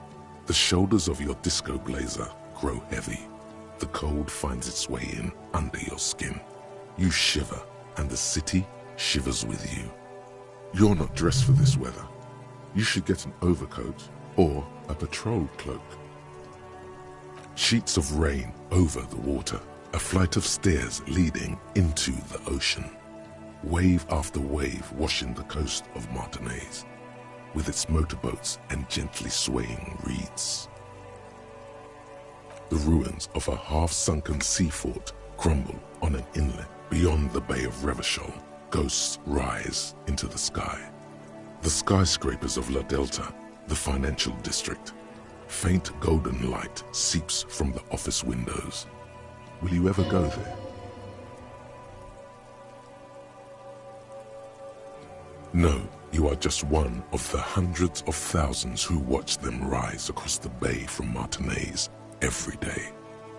Urban coastline, rain dripping off Eternite-covered roofs, cinder blocks left over from half-finished construction, a defunct research and development building, once seized by revolutionaries. An old wooden church stands on stilts above the water. Coal City, end of all lines. Your hair is an oily mess flecked with ash from neighboring coal plants. Smokestacks rise somewhere in the distance. There's a fleet on the corner. A plastic coat is folded into a small triangle under the counter by the window. Beyond that, the strikebreakers have gathered. The great gates of the industrial harbour are locked. A chill runs down your back. Behind the gates, heaps of supply crates, red and blue metal shipping containers, slick with rain. The Greater Revachol Industrial Harbour is an artificial mountain range. Immense wealth resides within, and immeasurable poverty in its shadow. You, on the Martinaise Plaza, a small dot looking up at the sky. Droplets form on your eyelashes. Elysium, King Dries passenger harbour. Cruise ships flanked by dock arms. cranes watching over the mouth of the river distributary. Kuron, the lower middle class, distributary after distributary cuts the city blocks in half. 7-story buildings trail off into the rain. A silvery curtain of rain over the houses, the class divide. Capeside apartments, tower blocks crowd one another. 4.46mm bullets still lodged in their war-torn stone walls. Hallways collapse from the mortar hits of a war that was lost long ago. Clotheslines go to waste in the rain. Radios play. A yard. Rain falls onto the roof of a woodshed. Coal leaks into a puddle beneath a dead man's feet. He swings from a tree, bloated. Droplets of rain slip from his cold cheeks. A traffic jam. Rain thrumming on the roofs of motor vehicles. Inside, drivers watch water streaming down their windshields. The statue of a king shudders. He too is cold. The canal bridge has been raised. The road ascends. A raised motorway loops above the ghetto. Beneath its concrete columns, a sea of rooftops, woodwork, and tar stretches northward. 4-story buildings as far as the rain can fall. The snows melt in Jamrock. Revachol is the capital of the world. Jamrock is the capital of Revachol. Droplets form on your eyelashes. It's home.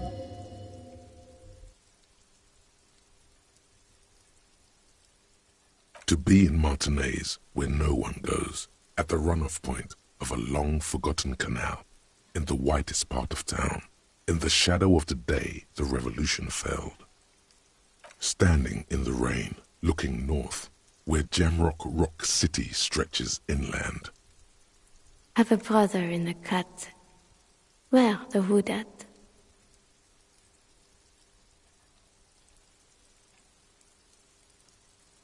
In the rain-swept distance, above the rooftops of Jamrock, a repurposed silk mill stands perched above the motorway exit. Precinct 41 hunches in the rain. Your vision blurs. You wipe your face with your hand. The rain stings your eyes, making you look up and blink. Coalition aerostatics hang like apparitions under the cloud cover. Way up there, where rain forms, rotors flutter silently. Your sight clears. This rain will not let up anytime soon. You should get a raincoat. There's a freight to the east. They sell them there.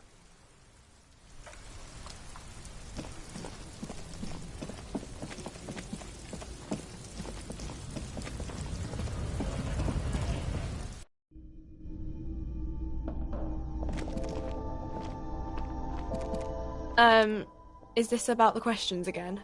'Cause a warehouse? I don't know. Maybe. I don't really care what Frit does.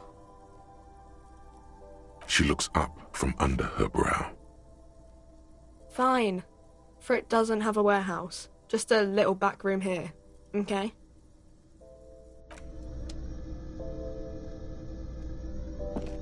You see several packaged raincoats fill a low shelf beneath a display of croissants and juice bottles. The raincoats are transparent, except for the big Fritte slogan on the back.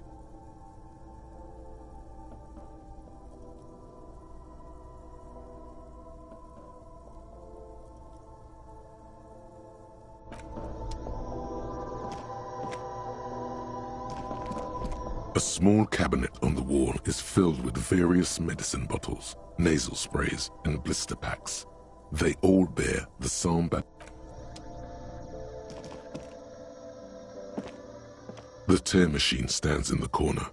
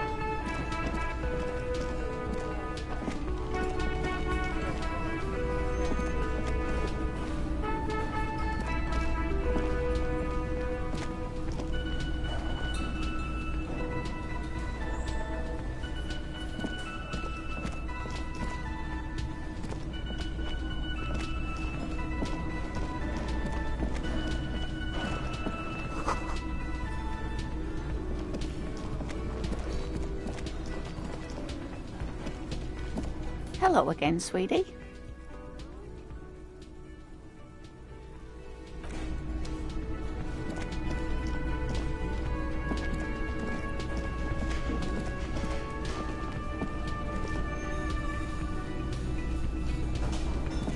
Can I help you? Yes, have you got it? Well?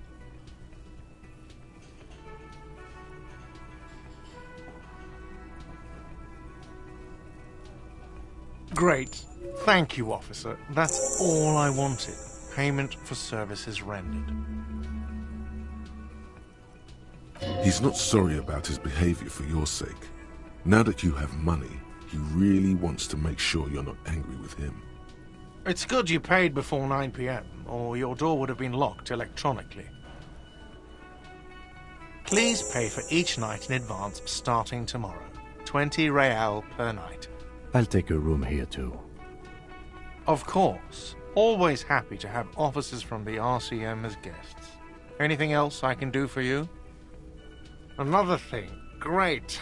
I love that. Yes?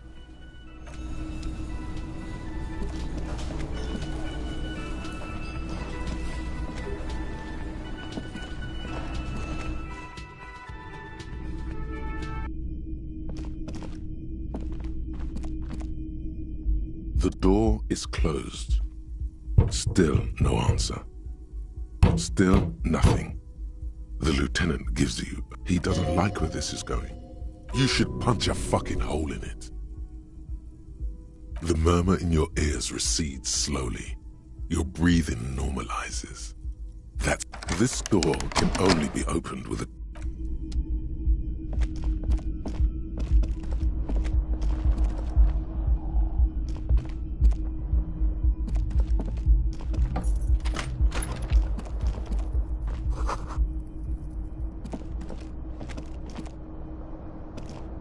The window stands broken in its frame. Cold wind blows in. The shards face outward. Whatever broke this window came from the inside. A fine web of scarring covers the back of your right hand, but none of it is recent. More likely a projectile than a held object. There are no fragments on the floor from pulling a tool back in. It is too large for a bullet, yet too small for a piece of furniture. You're looking for something heavy and larger than your fist. The shoe you found on the balcony fits the hole almost as well as your foot. It would have also been heavy enough if thrown with force. Congratulations, you smashed the window with your own shoe. Pretty much, but hey, at least you found your shoe. Not that it will keep you warm at night. Brr.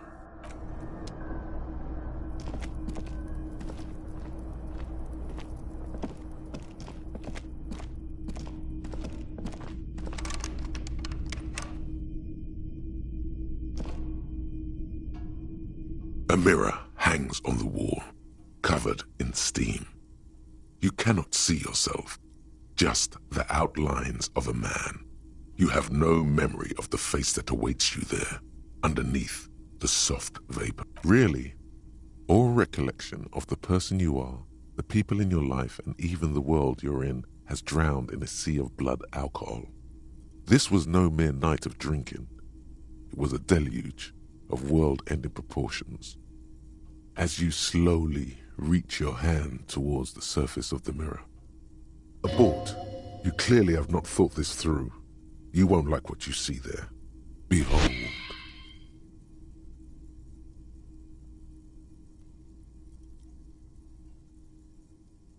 You have no idea who this thing is, do you? Whatever it is, at least it's dead now. There's clearly rigor mortis on your face. Or wait, is that an expression? Are you trying to make an expression with that face? Please stop. It's horrible. You're scaring yourself. Oh my God. You can't stop. It's like it's not even voluntary anymore. You have worn that grin into your face and now it won't come off. What does it even mean? What is the emotion you're trying to convey?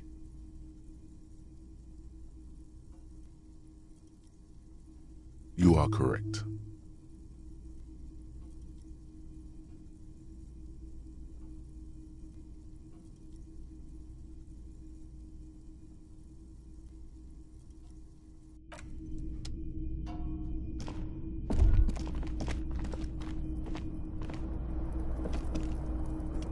Kim also tries not to look at the pile of taped viscera on the carpet, or the weird suitcase on the hat rack, or the potted plant dying in the corner.